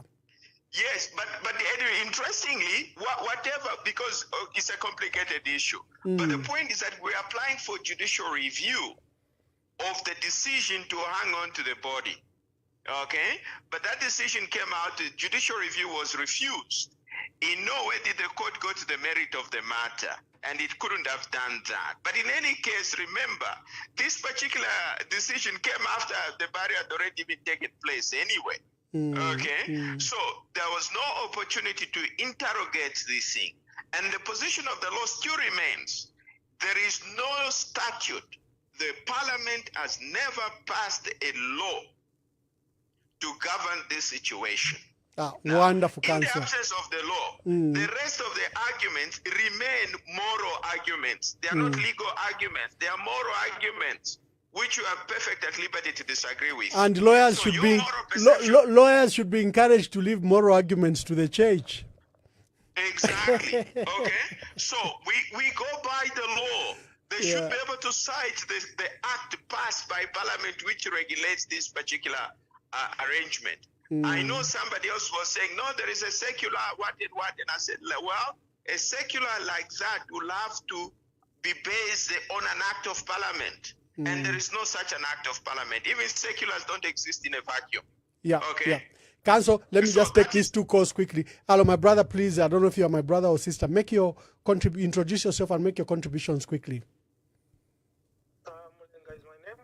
Good evening, Ambassador, and good evening, Council. Good evening. Good evening. Thank you. Mine is it's a very simple question. Firstly, I would like to say that I've loved your counsel and your conversation. My question is, looking at what the president did on is it Belvedere Lodge when he went to sign in the condolences, he had to thumb up, lift up his thumb as if he was acknowledging that was that presidential? Because all the time you talk about presidential, even whatever he says, whatever he does, you say it's unpresidential. I need your comment from that, counsel. Thank you so much. Counsel, you have to go in the realm of, like we are saying, in the realm of morals and postures. Hello, good evening. Please tell us your name and where you are calling us from. This is Councillor for Kabanana, Katongo Joseph. Okay, Bakatongo Joseph, make.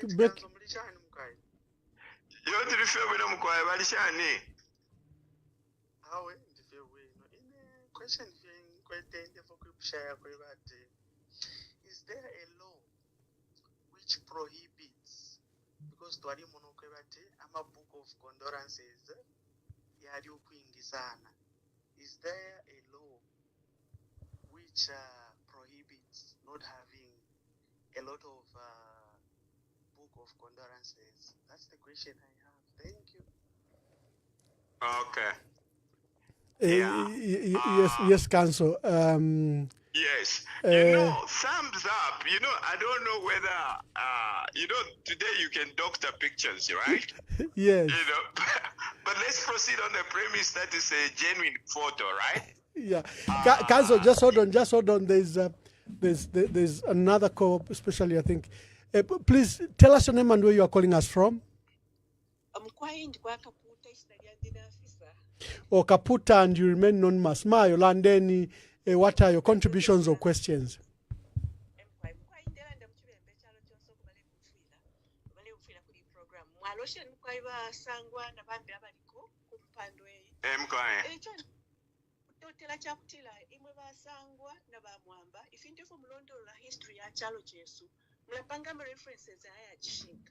ndiye milomba kokutila muchitekolo chisecho chino chinechi kungana muchipakale chinalala mutu asuke mu 1990 or 91 chiri mu unit, just the downfall of unit, rise of MMD kwalifuile ba President David Kaunda's special advisor ba Mr. Kazunga or Kazunga. Elo same week, almost same day, kwafa ba Zambia High Commissioner to India ba Yunya Mwila. It was that same week, David Yumba, ni radio presenter, Bemba section, was at NBC. Kanshi Kaunda declare, maybe after 24 hours or within that 24 hours, Bayunya Milabati India, whatever time we caught up Nechiro Chidia, Kwenabadi Chile announced one. Akasmata Kalawa, but David Yumba Bafwa, Bakasunga Bafwa. So now, next day, President declared national mourning for these 3 funerals, 3 different houses, 3 different residential areas. Quality local Olympia, quality local Independence Avenue, Paliba David Yumba, Ichaba Union, Lachari Olympia, Martin Mwamba Road, Ichaba Kasunga, I don't know Shai Shiva, we know why. But each on the land upon each. It's actually, if you declaration, the day of burial was 1. If you didn't fit to the Cathedral of the Holy Cross Church Road, Independence Avenue corners. 3 groups of families, abantu abengi sana, and UNIP was in power. Abantu abengi. Now, actually declared 1 week morning, twice Africa Palapakushika. But President Kaunda, Tabadi Muchalo. He flew out to some other country, Kwajama presidential something, and he went out. Kwenanga shat monitor winoguna chintu. Bunch the correct in there lombokutila but state funeral kutiyaba, the president is not there. Nga babali Trump kwa America. Nina knew a freedom to attend his funeral, saying and Trump sent a representative. Wasn't it still a state funeral? High Commissioner to India, Special Advisor to the President, Kenneth David Kaunda, ZNBC radio station member presenter by David Yumba, from the struggle for independence to where Vice Bemba presenter radio station. Mushekachililo cha state funeral kan fechina chine kuli kateka takwete ba representative abakobati nangu ndakanga kuli family abati uyisako batwata ma reasons ati ba representative ba mayo mtale na lumango balela ndokutila it can't be a state funeral kuli head of state ngendo kakati DK first president in the Republic of Zambia ashaide kutilo he wasn't barred by anybody. Takuliko ba Mkenya bonse abadi my favorite siyabakawunda ba Union Mwila ba Delumba na bakazunga people working in his close circles obuteko bwa PTK state funeral yamkwai sorry tema state funerals yamshemkwai mwe bantu basabula imwe mule panga kwa ma workshops ya mumwa twita kufechi nkaba bonse twaisa tule mfa kupamula basa bantu chamuleka kwati no tufe twali kwaza nangu mutu sale tufuba ba MP na fishina finshi twali pantu tejonso okuya ku university atelo amano ya funisha limbi no kubelenga kama chiro here and there tulaba equipped in life so mwela usumange fitinena kwa kaputa tule mfa kwa fingi tuishi kwa yama state funerals chako selapo bantu ukuteko tuika kalife n'abana besoba liye mu politics inoshita chikale bakosela kuntanshi tusambilishe ni kuinva kwate ko pure thoughts kwishita chinde chita nangwe pondira ngushiripo nabambi kuti bachita. Thank you very much. Oh my, that was a powerful question in itself, teaching us and reliving history and the specific example, unique in its nature. Very good case. Council, you have 3 questions. Let's start with the councillor from Kabanana, and then the lady from Kaputa. I think they're all asking, can a state funeral take place without the president? I think that's a core issue. Yeah, it's not the president that makes a state funeral. It's not the presence of the president that makes a state funeral. Okay? Now, and we're having these problems because the law doesn't define it. Okay? But if we are to borrow what is happening in Tanzania, it is the identity of the person, because they themselves, they define a state funeral. Okay, as to and it has everything to. It's not every death that is declared a state funeral. No, it's not. It is the status of the office occupied by the deceased that entitles that person's death to be declared a state funeral. Okay, it has nothing to do with the presence or absence of the presence or absence of the sitting president to in attending the funeral that makes it a state funeral. There's no such a thing. Okay, yeah. So the Kabarana, yeah, this is for the lady from Kaputa. She has a point. Okay, the president need not attend. All what is required is that there was that recognition, and it is declared. Okay, the state funeral and all the proceedings, the procedures are followed. You do not need the president, okay, to attend in order for it to be transformed into the character of a funeral is not defined by the presence or absence of the president. It's not. Okay, even if we put aside the law, it is normally, even if we go by the practice, it is normally, I think, this status of privilege is extended to, I think, former cabinet ministers. Is it up to cabinet minister, I think, and former presidents? Okay, it is an entitlement.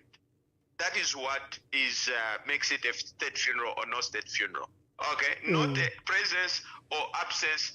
The presence or absence of a sitting president is inconsequential to the whole process. Yeah, and the Kabanana issue, you just have to remind me about the gentleman. The councillor. No, it was in the light of the same issue.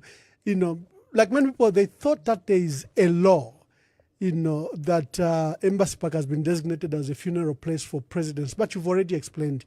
Let me take this other call. Yes. Please tell us your name and where you are calling us from. Good evening, Ambassador. This is Professor Siama Felix.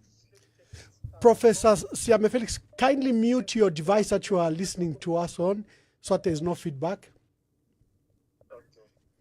Professor Felix Siame is a man of God and is based in South Africa. I think, are you still in Durban, Professor? Yes, but I'm in Zambia. I lost my dad, so I was in Zambia. Oh, our dear condolences, and thank you for finding time to watch the program. Please make your contribution or ask State Council. Good evening, State Council Sangwa. Good evening. Thank you. Okay, so having spoken about my funeral, I lost my dad, Judge Lloyd Siame. And we are... Oh, yeah. Oh, okay. Lots of judges were coming home every night asking us, this is how we do it as judges. What do you think as a family? I think they were consulting us on how things are supposed to be done before they could tell us what they want to do. So I'm trying to say that the inconsistency of the current government is actually exposing, the incompetence of the people working with the president. No, treason, if this doesn't happen. And then the other one says, no, with or without the family, we must do ABCD. So my question will probably be tonight is, what is the motive of the person that is not allowed to attend the funeral, wanting to attend the funeral? What do you think would be the reason why they're insisting on something? Professor Felix Siame, you are a man of God. Those are the matters you deal with. You are in the superstition divine area. Kindly proffer your opinion before ilo tamlatanika basangwa. Basangwa drova tuwatanike na mafunde. As a man of God, my professor, have you faced a similar situation? Just tell us. You help us. I know I owe your program, Ambassador, but we'll talk about that in depth when you allow me to. But in my view, I know the reason because, these are spiritual matters. And I think I posted something earlier on Facebook. I'm trying to get more of wisdom on the legal part of it as we are getting cancelled by the State Council. In summary, what did you say from the spiritual perspective? Then Council will pick it up from the legal perspective. Well, I was saying this afternoon that, without mentioning names, there are so many politicians. Could there be people that interested in the stuff? Because in the Bible, if we have to talk about this man of God now, in the Bible, in the book of Matthew chapter 2, about a man called Jesus who was born, there was a King Herod who was looking for his body, so they must kill him and do something with the body. And then also another man called Moses. When he was born at the time that they were killing the firstborns, but somehow the mother hid him, for 90 days. Moses was wanted dead or alive until the time he died. The Bible says in the book of Jude that the devil himself still wanted to go and exhume the body. When Moses died, we are told in Deuteronomy, chapter 34, that God did not allow the burial. God buried Moses himself, in Deuteronomy 34, verse 1 to 6. Now, the implication of wanting to say we want to have a body, maybe have a private session of the body, is what for me, as a man of God, I want to find out what could be the reason. Because when Mwamba was born and Basangwa, what makes Basangwa is because you carry a star. When you are born, when Jesus was born, the Bible says the wise men followed his star. It doesn't say they followed a star. They said they followed his star. They knew because they are astrologers. They knew that star represents a king born. They followed a star until it stopped somewhere. Then they knew it must be around here. They began to search in those homes around where the star was standing. So I came to believe that every individual is born. That star is the virtues that you have. That is unique virtues. Now, my write-up was, could there be people following after that virtue? Because this confusion, let me use the word confusion in the spiritual realm, it's actually defining something that is very, interesting. What is it that people are after over this funeral of the late, king or president of Zambia? Because we have seen it on Manawasa, on Wakaunda, on Wasata, and the rest. There wasn't this type of confusion. So for me, that is my area I would like to explain. Is there people that are looking for his star? Because it seemed that it was a strong star that people would want to get to know what they could carry to get their virtues renewed or strengthened or fortified. Elo Mwalanda Nomba. And our dear condolences again, once again, and may the soul of Judge Lloyd Siame, rest in eternal peace. But you've raised, before this good explanation, you've raised an important question that when you lost Judge Siame, the judiciary was constantly with your family. What should we do?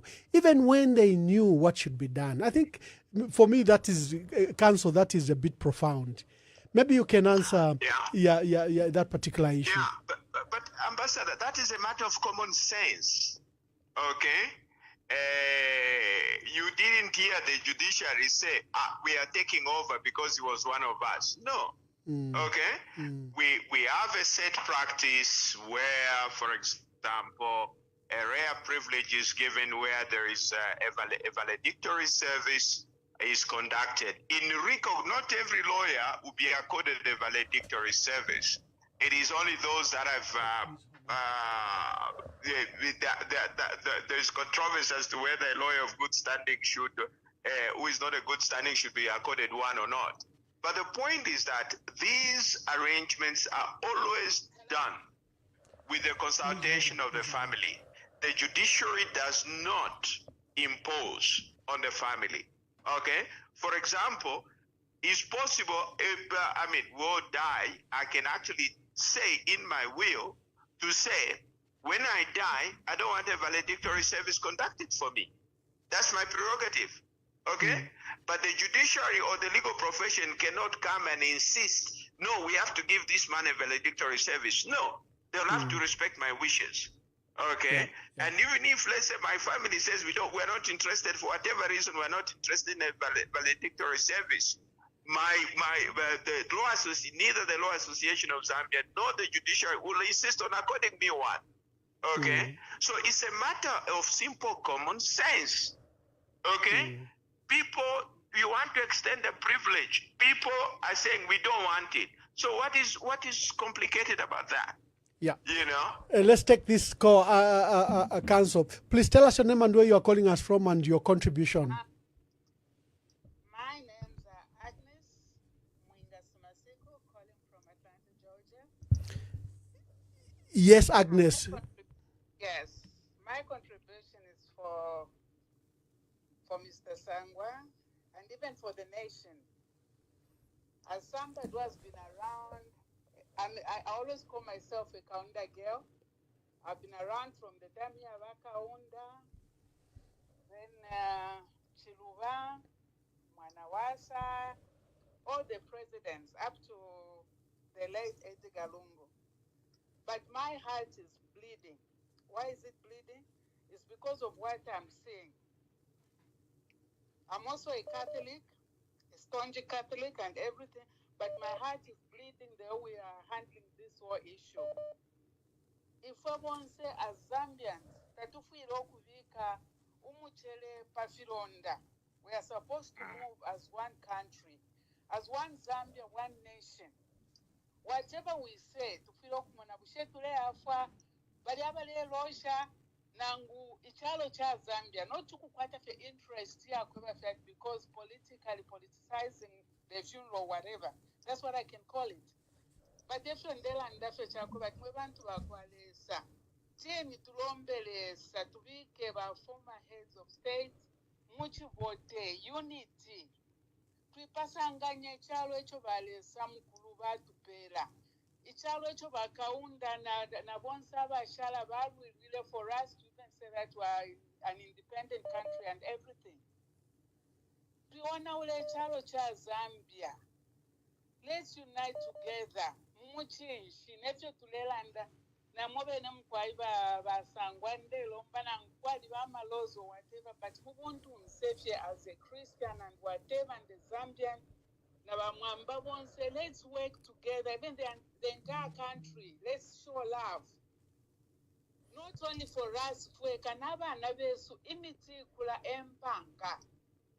Because if we do this type of politics and whatever, what's going to happen to our own children, the future generation? In Ndelanda, I'm like talking about Edgar Lungu in the 60s or whatever. I'm in my 60s.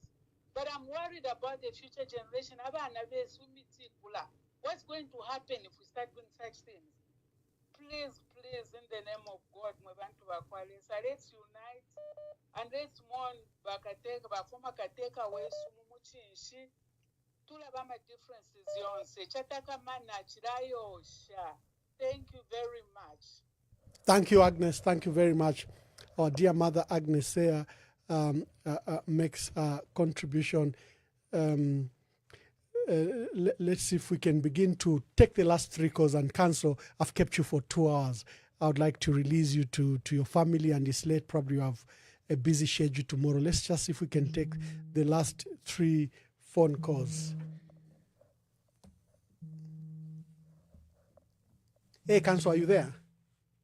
Yes, I am. Oh, sorry. I think someone called on this line. Let me just reactivate.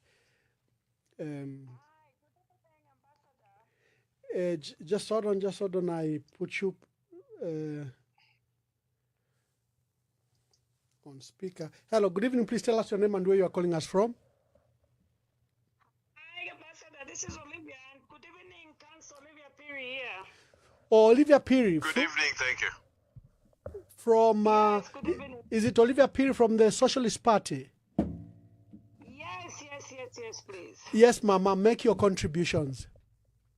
Actually, mine is a quick one. Council, I think we need this type of education for our friends, I think, in the system. There seems to be a lot of ignorance from the top to the lower organ. And I think this education is needed because this is why we have the whole lot of vice president to go and threaten a member of parliament who are trying to get answers to the crisis that has been created. Yeah, so to me, I think I would want to call such, this is what we need on ZNBC and these other programs that should help all of us. And the crisis, I think, to me, that you cancel, the family must be respected. We are first family before we join politics, before we join any institution. So if the state cannot respect, I think I'm one of the citizens, and as a Christian, let the family bury there for the sake of peace, and then when peace stabilizes in the country, they can bring back that body. I think that's my contribution. Thank you, Olivia Piri. Please tell us your name and where you are calling us from.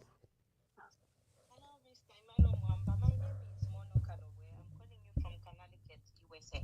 Oh, Mono from Connecticut, USA. Make your contribution, my sister. Okay, my contribution is this. What I've noticed with President Hakainde Hichilema is that, you see, even just from the time that President Edgar Lungu bounced back into politics, to me, it's as if he knows what to do, but he knows that when the body arrives, ECL is going to be celebrated in a huge way. So it's a way of preventing what they are calling political mileage. That's my thinking. It has nothing to do with it being a state funeral or anything. It's just that fear that he's always had, that ECL seems to be popular, or now it will be there for everyone to see how much is going to be celebrated. But HH is the current president. Whether ECL is celebrated in a huge manner or whatever happens, right now all he needs is just to deliver on his campaign promises. That's all. Thank you. It doesn't matter whether he attends the funeral, he doesn't attend. Let us bury the former president, and then he'll continue delivering, and whatever he's going to deliver is what is going to determine whether PF will bounce back or not. So for me, I'm taking this as just him still being in that state that we know. Wherever he goes, ECL, wherever he goes, even in his death. That's all that I'm thinking. Even the preventing of people to go and what can the mourners do when they go to the airport to receive the body? What did they do when Mwanawasa died? What did they do when President Sata died? Nothing. If anything, if there is chaos, that's why we have the army. Yeah. So that's my contribution. He should just let the the law take its course. I don't know if I can say the law take its course, but let him leave everything. Let nature take its course. Yeah. Okay. Thank you from Connecticut. Thank you very much. Council, what I'll do is I'll release you. I'll maybe take another set of phone calls in the next 20, 30 minutes because you've laid the foundation. I think you've expressed your thought. It's something we can answer. But Agnes says, look, this man is so preoccupied. It's like we are putting salt to injury to the bereaved family. And she calls for, unity for our country, especially that she's in her 60s and she says, we should build our country. The young lady from from Connecticut here in the United States says President Hakainde Hichilema knows the political fortunes that Edgar Lungu carries, whether alive or death, and he showed a lot of insecurity with Edgar Lungu, and he has just continued to show that state of insecurity. Please answer those or contribute and make your final remarks. Yeah, but to start with, that other lady talked about she's in her 60s. I equally clocked to 60 last December. Congratulations. Yeah, thank you. So, when you reach the age that I've reached, time has a different meaning altogether. You begin to wonder how many more good years do you have left. Okay, so that is why it's so painful that we are preoccupied with issues like this, okay, which should have been easily resolved. And yet, this country has so many pressing issues which we are not focusing on. Okay, it's very sad. Now, it is good for us to remember that when we have a discussion like this, we should talk as Zambians. Let's take away all our political biases and everything else. Just talk as Zambians. And I think if we do that, we discover that we have actually more in common. There's a lot more that binds us than what divides us, So, but this is also, I hope that from this experience, we will take steps to enact the relevant laws so that everything is clearly laid out. Because the problem is that when you are dealing with a situation that is not governed by law, there is always opportunism. The chance of opportunism and exploitation of the situation is always present. Okay? So it's very sad that we're having this kind of conversation 60 years after independence. Okay, it is not something that is good or something to be proud of. It's not. Okay, now there are other things. For example, there's a lot that we can talk about. But my plea is this: let's allow common sense to prevail. Let us respect the wishes of the family. If the family say the president should not attend the funeral, then the president should respect the wishes of the family and stay away. There's this argument saying, is be hosting and so forth. No, this is a funeral for the family. It's not for the president. Okay, so at the end of the day, we should give priority to the wishes of the family. We are supposed to make the burden to the family lighter and not to complicate it. So that is what I do hope and pray that common sense will prevail. In the absence of the law, the only thing we can do is to try and negotiate and reach a position that will be a win-win for everybody. The family have expressed certain concerns. I don't want to go into other issues that people are talking about to do with the walkout and all these other things. They have expressed those concerns, and we all owe it to them to allay those concerns, so that because they're the ones feeling the pain, we are not. Okay, it's a loss, but the immediate people that are suffering is the family. So we have to do everything possible as a people and as a country to lighten their burden and not to complicate their lives in the process.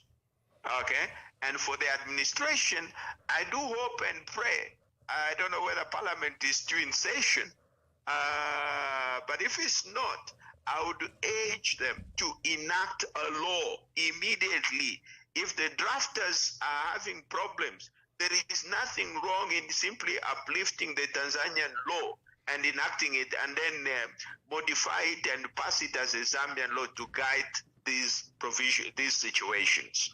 Okay, so that we have a mechanism that is laid out, that is clear and transparent for everybody to know what is supposed to be expected. You know, the access to benefits that are due to the state should not be seen as favors. You see, the declaration of a state of state funeral should not be seen as a favor. It should be seen as a right that is provided for by law. Now, the way it is, there is no law in place, so people think that, well, this is just a favor that is being extended to the family, which is rather very unfortunate. And it's very sad, 60 years after independence, we're still fighting, and having buried a couple of presidents in the past, we have learned nothing, you know? We have learned nothing. We're still having the same disputes, which is very, very bad. So my plea to the administration is that please pass a law so that we are all guided, so that everything is clear. It is not a matter of favor. It becomes something that is clearly set out and everybody knows what to expect when a person of a particular standing dies, what should happen. Council, thank you very much. I wouldn't, add any more. You have provided counsel to the country. You've provided the status of these issues and the lack of the law, which now literally allows lawlessness to take place, where wishes for the deceased are ignored or totally thrown out of the window on the basis of what we call national interest, even when it is not national interest. I like what you are saying about the Tanzanian law. Like the Senatoff, opposite Cabinet Office, next to Embassy Park, there's that Senatoff. That is to remember those that died in the First and Second World War. There's no single body that lies there. That's correct. Yet we go to the Senatoff where, those poppy flowers and remember them, honor them. And exactly. We lay flowers Nobody's there. buried there. No, not at all. Nobody's buried there. Yeah. Yes. Yeah. So if we had the law like in Tanzania and there's this dispute, the state probably would have proceeded to honor President Lungu, lay a plaque and remember him there. And when the issues are resolved around his remains, then they can come and be placed there. The state will have done and discharged its duties. Or he could be buried anywhere. I mean, if he wanted to be buried, he would have been buried on the copper belt if that is his wishes. Yeah. And you could simply keep a plaque, a place there at Embassy Park. Very simple. Yeah. No, Mr. Sangwa, I would like to thank you and thank you for the great opportunity. And I just would like to appreciate you. I just ambushed you just, 1 hour before the program, and you were gracious enough to allow to come to the program. I don't take that for granted. And I lift the words of the lady that called you from the United Kingdom, that if there is any Zambian that deserves their flowers now, it is you. Because we have a habit. Here we are honoring President Lungu in death. In fact, President Lungu will be shocked by the kind words he has received so far from President Hakainde Hichilema, because he has said, let's mourn him in dignity. He was our head of state. He has said such flattering words about President Edgar Lungu. Imagine if President Lungu heard those words when he was alive. Those words mean nothing, Ambassador. Yeah. They don't mean anything. They would have meant a lot to Edgar Lungu, to President Lungu, if he was alive. Yeah. Okay? And that is why all these good things that we say, let's say them when people are still alive. Okay? They mean nothing when we start saying all these nice things when people are dead, because those words would have meant something to President Lungu. But it's not there. Yeah. Okay? Yeah. So those words, even if they are made, they sound very hollow and insincere. Okay? But they would have had a different meaning if they were spoken when President Lungu was still alive. Correct. Perhaps we wouldn't even be going through this particular drama. Yes. So I was adopting the words of the young lady from the United Kingdom, honoring you, Mr. Sangwa, and recognizing your contribution, that usually when at the moment of crisis, your voice has provided guidance, sometimes even to the detriment, of these attacks that people that become political about it threaten your life, try to disparage you, but you've stood resolute. And I don't know what keeps you strong, but you've stood resolute to say your mind and to say, the mind that should guide our country. Ambassador, is for the love of this country, but we keep trashing it, we keep abusing it, and so forth. And yet, this country has been good to us. But what do? We don't respect it, we trash it. And we think, we have a duty to protect this country. This country can only be protected and developed by Zambians, not any other person. Okay? So that is why sometimes when time allows, we have to say it. Irrespective of the consequences that may follow. We have to say what it is. We may not please everybody. There are people that may see sense in what we are sharing, and other people will be looking for bad things to say. You can't avoid that, But the point is that we need to protect this country. Nobody else will if we don't, But this is something, maybe this is a subject of another conversation altogether, which, although we are so engrossed in this particular issue, but the point is that this country, Ambassador, has huge problems, which we're not talking about. Okay? Yeah. Now, these are the real issues we should be paying attention to. I'm not saying that the president's funeral is inconsequential, but it is. But it should not have assumed the life it has assumed. We have more pressing challenges that this country faces.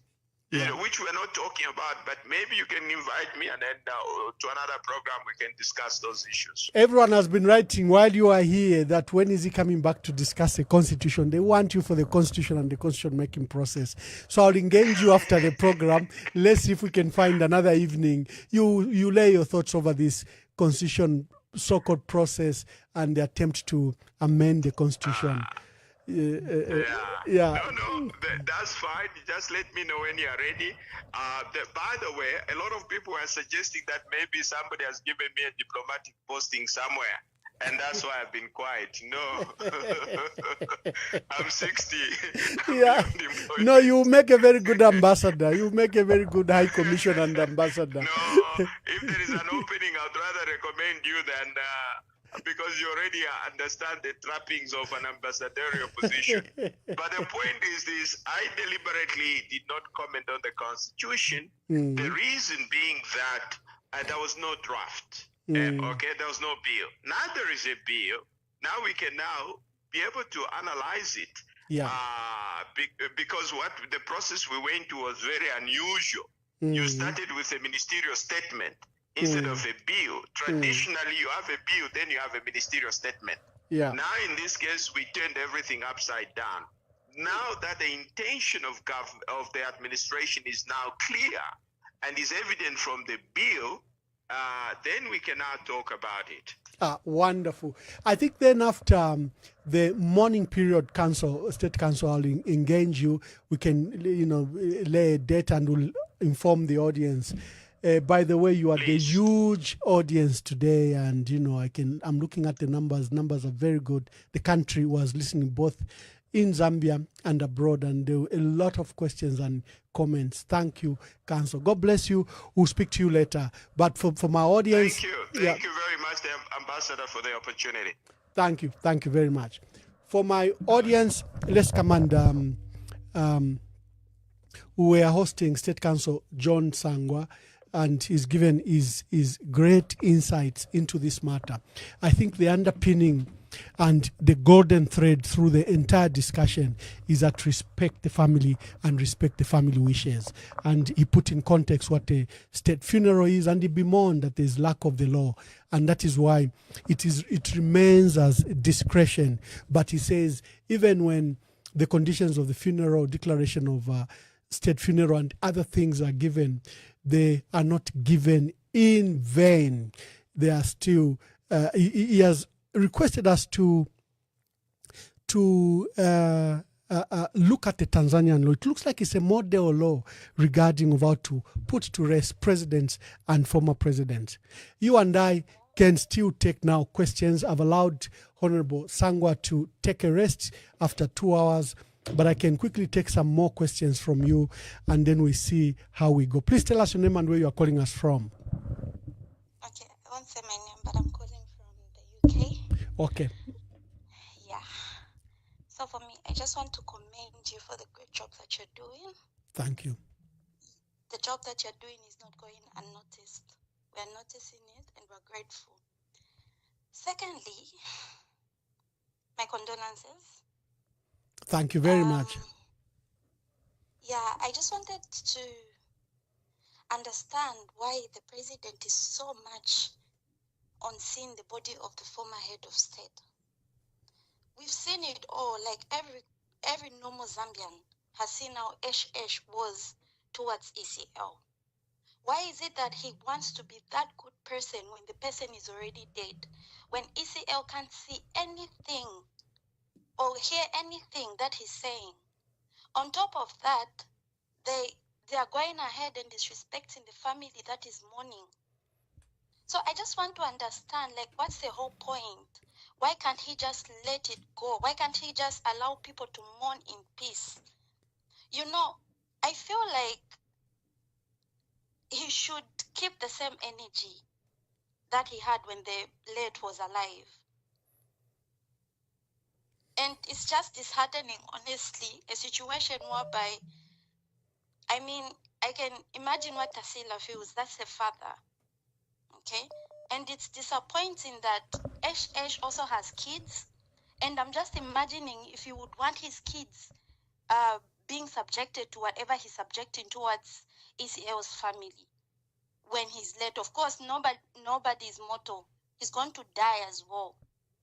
How would he feel if the person who's going to succeed him starts treating his wife and his kids in that manner? So kindly, I don't know if it makes sense, but yes, it does, my dear sister. I will answer. Disappointed. Yes, yeah, and thank you. I'm hurt. All right, thank you so much. No, like many Zambians are disappointed and hurt, and thank you for that contribution. There are many people that wishes to make contributions. There are so many missed calls. I'm so sorry that we couldn't take all of the questions to State Council Sangwa, but most of the questions I think were representative of what you wanted to say. My line is open. Let's still see.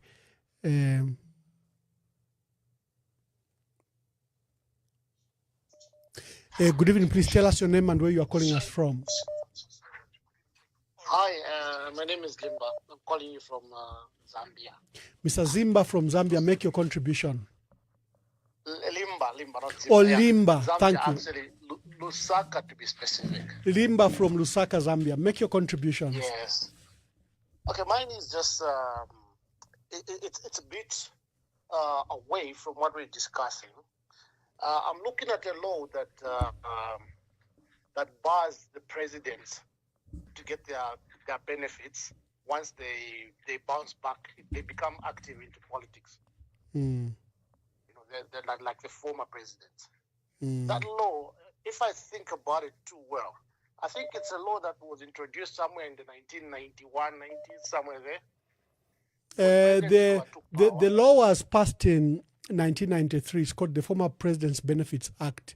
The amendment, yes. In fact, it's not even an amendment. I think it could be a statutory instrument or an amendment, came in 1998. Yes. This was now related to Dr. Kaunda because Dr. Kaunda was entitled to benefits. Then he joined active politics. So it's like they now crafted that law in 1998 that if you join politics, you know, you not then the benefits will be withdrawn. It's part of the agreement in which Dr. Kaunda was allowed to retire and access his benefits, and then that amendment was passed. Yeah, so if you look at it properly, it was some sort of mingalato, you know, where you don't want your friend to come back, and then you put in that sanction. You understand what I'm trying to say? Correct. So, am I thinking, why? This is a new world now, you know.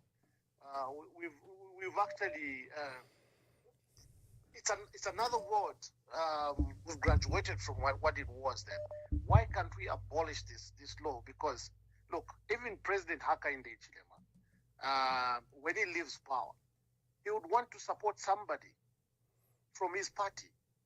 And once you remain in politics, you become relevant, you become a force to reckon with. So I think this law somehow it's not a fair law. And if you look at the whole situation of ECL, what has brought this thing up, all this confusion, is this same law. That's where it started from. They talked him until he came back active into politics. Thank you, my Once brother. he did that, then they said, you're not getting your benefits. Now look at where we are. Thank you very much. Certain laws, I don't know what you think, Ambassador. Is it beneficial for us to have to keep holding on to such a law? These are the same laws that we need to change instead of concentrating on the Bill 7. Yeah, thank you. Thank you, Limban. Thank you. I will, yeah. Okay, let's take as many calls as possible to allow those that couldn't go through earlier. Hello, please tell us your name and where you are calling us from. I'll remain anonymous. Sorry, Wonderful. Ambassador Mamba, that I'm calling again, but I just been reading a statement that has been released tonight by the government, indicating that the remains of our late president did not arrive as per agreed. What surprises me is the lack of acknowledgement, or at least highlighting, because it's not like the family did not travel and they didn't give any notice. They did not travel and they have addressed the nation. They have given the reasons as to why. And according to the lawyer, it's because, or family through the lawyer, is that there's been a change of on the agreement, right? Wouldn't it be right that the government also gets to acknowledge, or at least just say something? Just say something, because now it appears to say, yes, we acknowledge that it has not happened as we said, as it was announced, but we'll get back and they'll continue. So it feels like Bamakebi na Balanda, the family through Bamakebi, but then the government just comes and just confirms. But then they are not acknowledging whether of course, we heard that the president would be there, but then what came up which was surprising, was the address, a church service at the airport.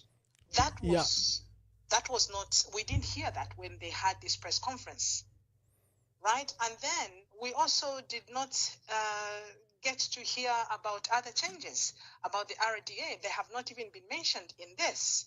So it would just be nice that this thing keeps on going back and forth.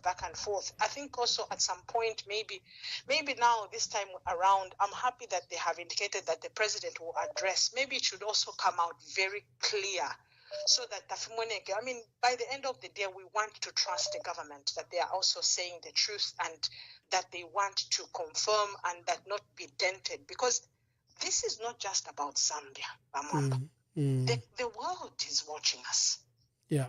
The world is watching us. How do we want Zambia to be represented out there? They will not come and tell us, but then we must take care of our own country and we must take care of our own government, right? It's very important that we take care of that. So I just wanted to comment on that. I don't know. Thank you, my dear sister. God bless you for those comments. That has just come out. Yeah, let me just check it. Much acknowledgement, or just debunk what the lawyer said. Yeah, okay. So Let me look at it. Saying the truth or not? Yeah.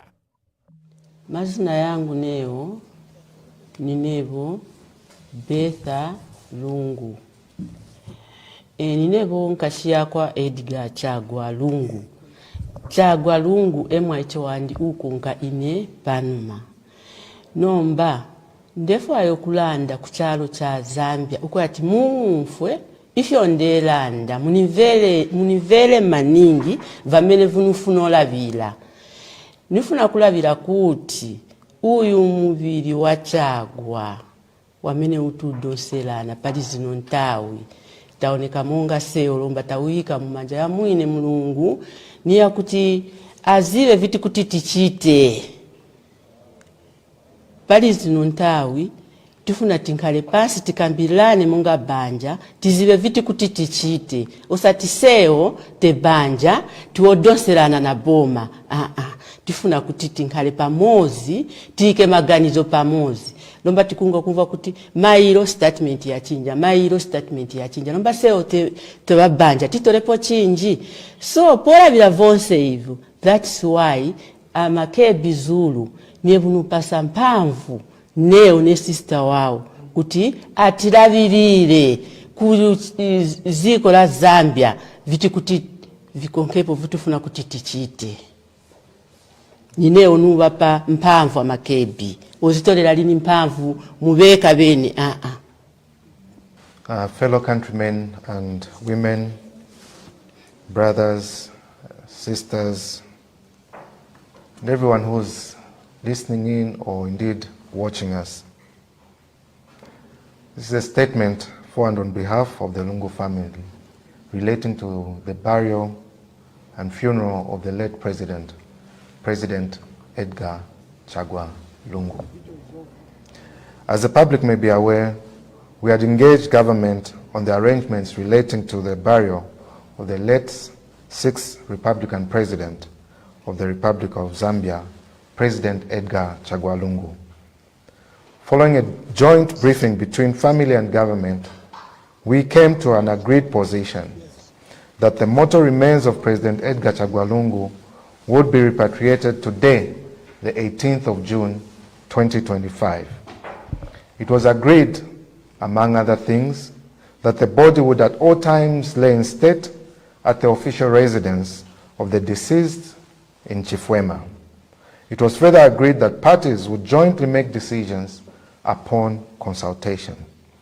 However, the family has noted with regret that there have been attempts to subvert the spirit of the agreement that the family and the government got into by engagement into the following on the part of the government. On the 16th of June 2025, a statement to the public was released by Road Development Agency stating that they would be carrying out repair works of the road from Crossroads 7 kilometers onwards. As the public may know, this is a road that leads to Chifwema, the official residence of the former president.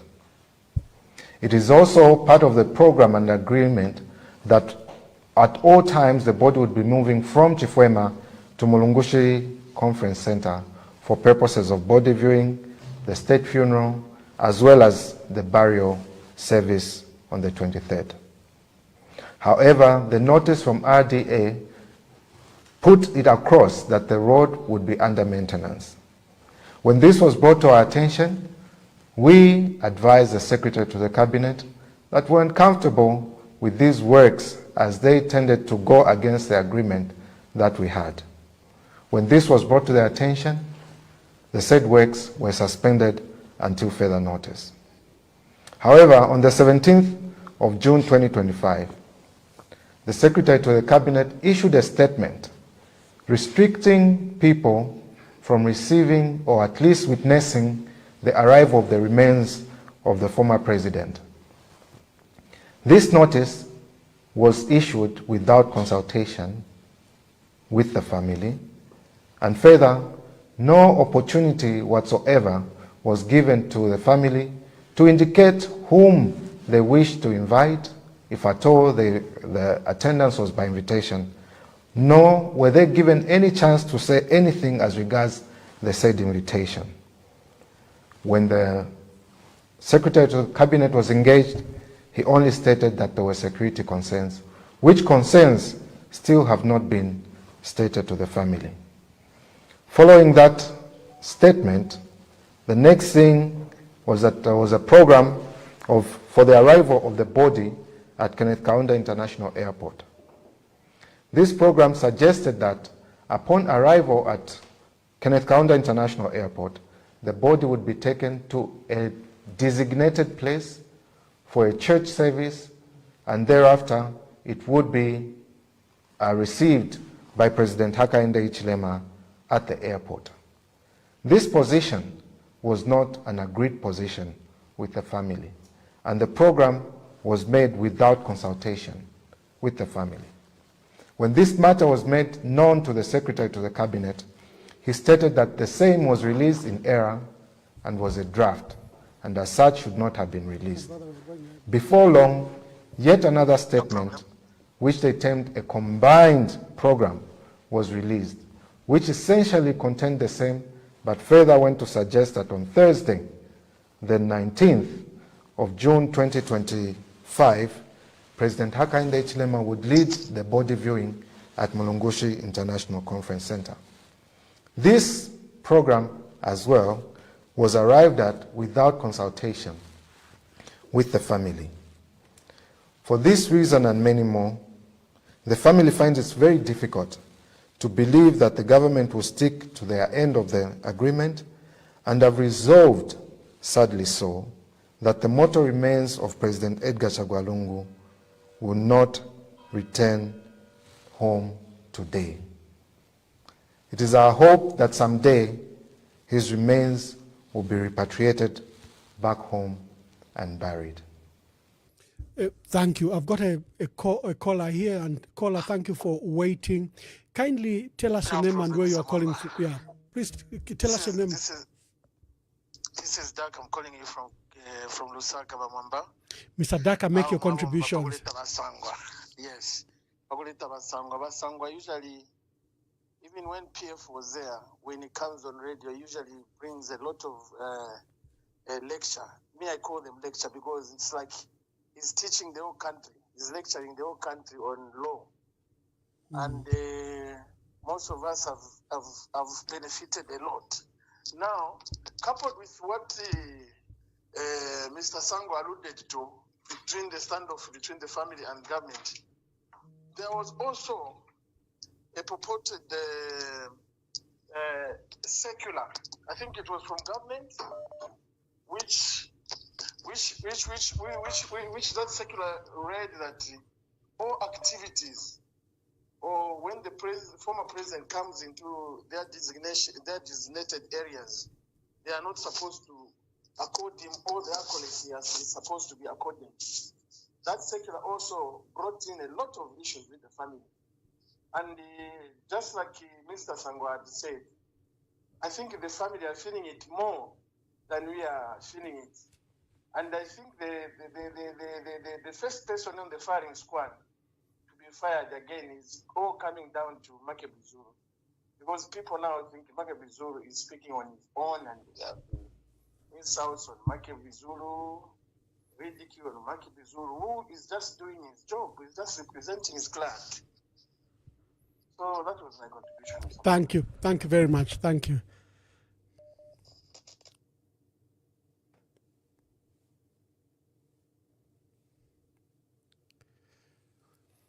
Good evening. Please tell us your name and where you are calling us from. And I noticed that you've been calling for some times. I'm so sorry. The lines was just jammed. Okay, thank you very much.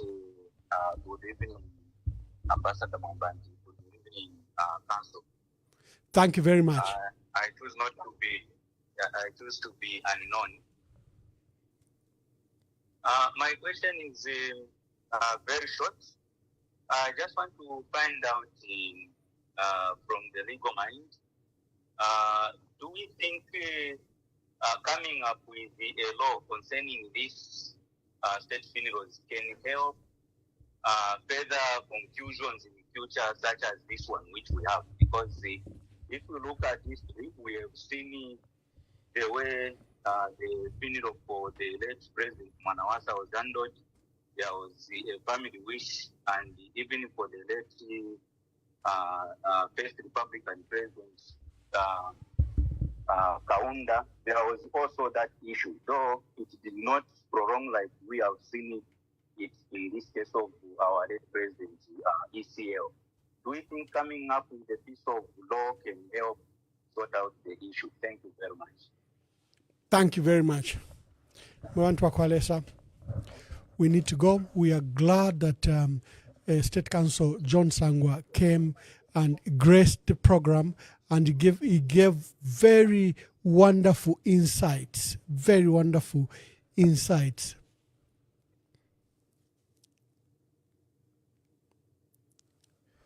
And hello, please tell us your name and where you are calling us from. We are winding up the program.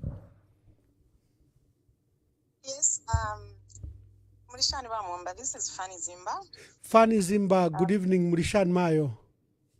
If you know, good evening to the people in Zambia. Ndita, bushepadia ba misanshilo bunga. Ngapadia ba le unfa bali mupepi na Fanny Zimba, munsa mfisheko bunga abo. Elo muntu minama pictures, I'll put it on my page.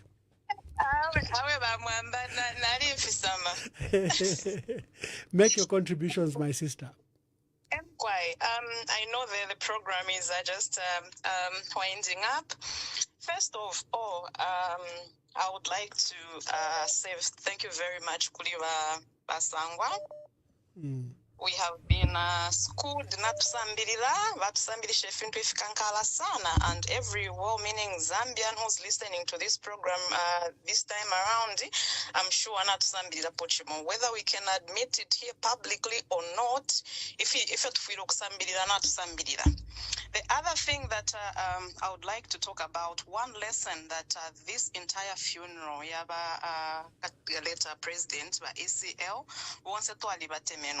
one thing I have learned from this is that let us learn to reconcile with the people whom we have differences with, like right now.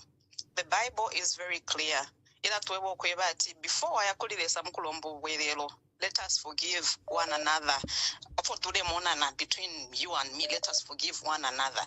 I think the Bible is very clear.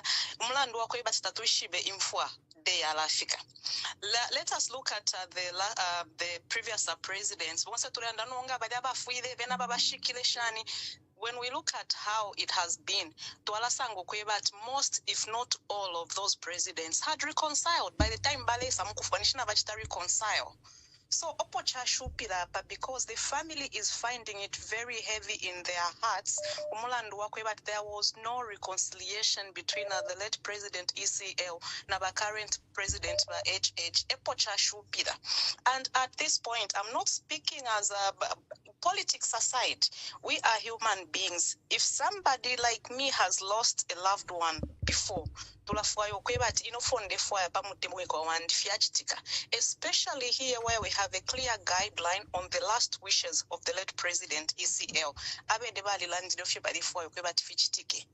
The best thing we can do is respect the family, go about it the way they wish it. Let us leave them to mourn the way they want to mourn, because if we as Zambians, no matter how much we loved ECL, trust me, the loss that the family is feeling is much, much more than what we are feeling here. So as well-meaning Zambians, I would also like to, I don't know for a government or if my word even matters, family, because that's the only way this thing is going to be put to rest. If I were by ECL's child, trust me, South Africa. But we want to also give chance to those Zambians. If you are at your airport, your selected people to go there. Zambians have celebrated and mourned together as a country in the last, when we had celebrations, when we had funerals. Airport, those who can, line up entire Great East Road, to line up in crying or in celebration. Why this time around? I would like to urge all of us as well, meaning Zambians, those in government, those in opposition, let us give the respect to the family. Thank you very much, Mamwamba, and this has been a very, very good program. Thank you very much. Thank you very much. So as we close, let me just read a statement that has come out this evening while I was on the program.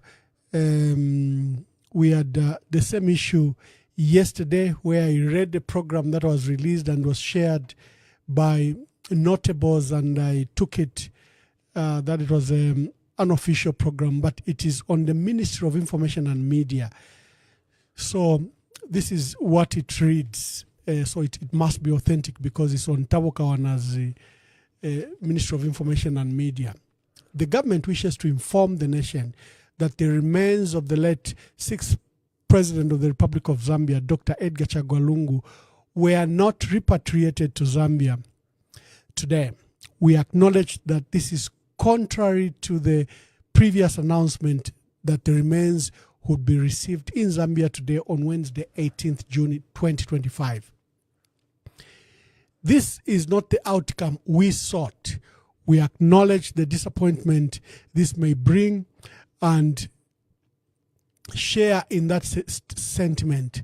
Throughout this trying time, you, the Zambian people, have exemplified the core values that define us in our motto, One Zambia, One Nation. Over the past 2 weeks, the government of the Republic of Zambia, because it has been 14 days, has been fully engaged with the bereaved family of our late sixth president, Dr. Edgar Chagwa Lungu, to secure the dignified repatriation of his mortal remains from South Africa and the conduct of a state funeral here at home. Government has also made efforts to engage the government of the Republic of South Africa to assist with the repatriation of the remains of the late former president through diplomatic efforts, which resulted in the arrangements of the military honors to be accorded at the send-off ceremony of the late former president of the Republic of Zambia.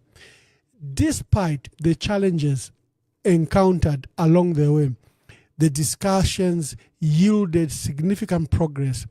On Saturday, 14th June 2025, government and the family reached a common understanding, after which a joint press briefing was held in Pretoria on Sunday, June 15th, 2015. A detailed program was then publicly announced by the family, outlining the arrival of the body in Lusaka on Wednesday, 18th June, and the burial on Monday, 23rd June, 2025. In this same joint address, it was announced that the President of the Republic of Zambia, Mr. Hakainde Hichilema, would superintend over the state funeral as head of state.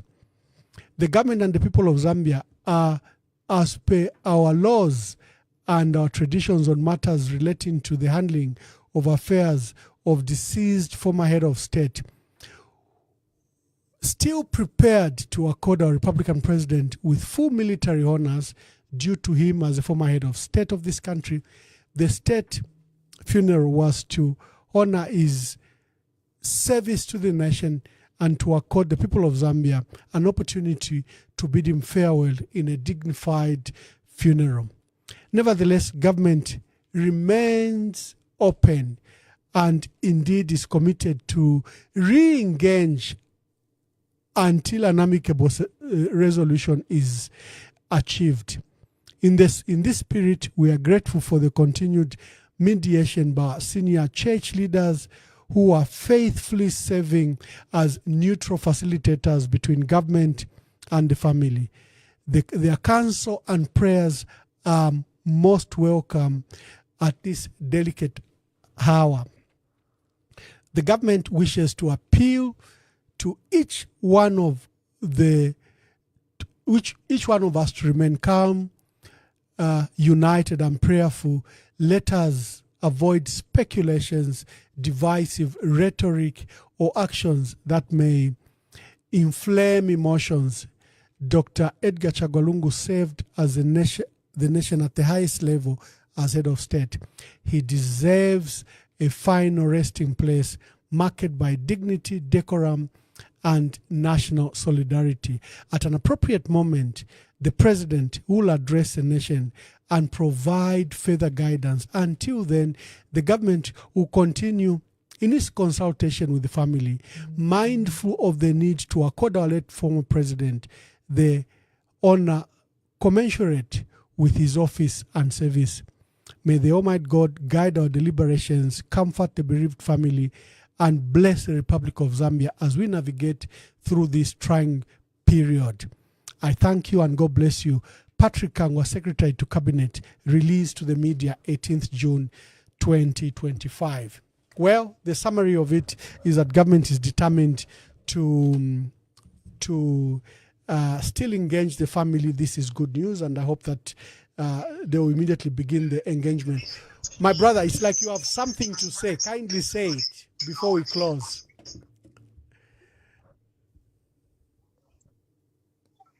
Hello? Hello? Yes, make your contributions quickly. Good evening. Good evening. Good evening, State Council. A State Council is no longer with us. We've just excused him, but quickly make your contributions. Okay, thank you so much. So, my contribution is, first of all, to thank you for bringing such a program and the host that you had. However, I equally do have a concern on how issues were being discussed. My first concern is, I'll give an example. We invite different heads of states from different countries there in Zambia to attend the funeral for our late president. At that point, when they are in Zambia, they are under the security of the Zambian government, right? So if, let's say, anything was to happen, who would be blamed? Is it the family or it's the Zambian government? You could have joined. You could have joined the program very late. I highlighted that particular matter.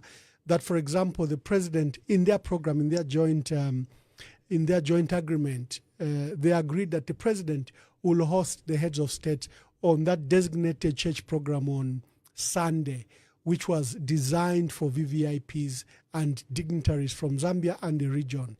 That will be hosted by the president, and both families agreed. The family and the state agreed. Great. That is still understood. Suppose after that joint venture, right, that meeting between the president and the head of states, whichever route they decide to take, whichever visits they intend to make. For me, I think it's still okay for the president to be part and parcel of that or those particular meetings, because they are here in Zambia and they ought to be led by the leader of a certain country. And, well, we could argue that maybe a designated person, but not to be political. I'm trying my own is not to be political. Come to think of it, head of states are being led by a common human being. I can guide there. I had two incidents where I brought two heads of states here. Jacob Zuma came, in a bilateral trip. He saw the president. Then we went to see Dr. Kaunda, and there was only what we call a minister of honor to accompany him. If you see the picture, we are with President Jacob Zuma, with Dr. Kenneth David Kaunda. Similarly, with President Cyril Ramaphosa, same thing happened. So there'll be activities like when the visitors, dignitaries, the presidents go to Embassy Park, the president doesn't accompany them there. There's what we call a minister of honor who will be with them the entire time. Is that clear? Okay, clear. Thank you. Okay. My brother, I think your question, we want to Akwalesa. I know Zambians want to communicate. Ichipelankula nacho chilatusha nangundi chigayo. I went live at 03 this time, and I quickly came up, slept just for an hour or two, and came to host this program because I thought that the views of John Sangwa State Council would be valuable to the nation at this critical hour. And I'm glad that the state have released a statement this evening, still proposing to engage in discussion with the family and help resolve the standoff. There's even an indication that the head of state may come to address the nation on these arising matters. So the door is not closed. We serve a God. We serve a God that is almighty in nature. It's not the end until the Lord says it is the end. Let's remain hopeful. God bless our country. God bless you, and thank you for listening. We will have another update tomorrow morning. God bless you.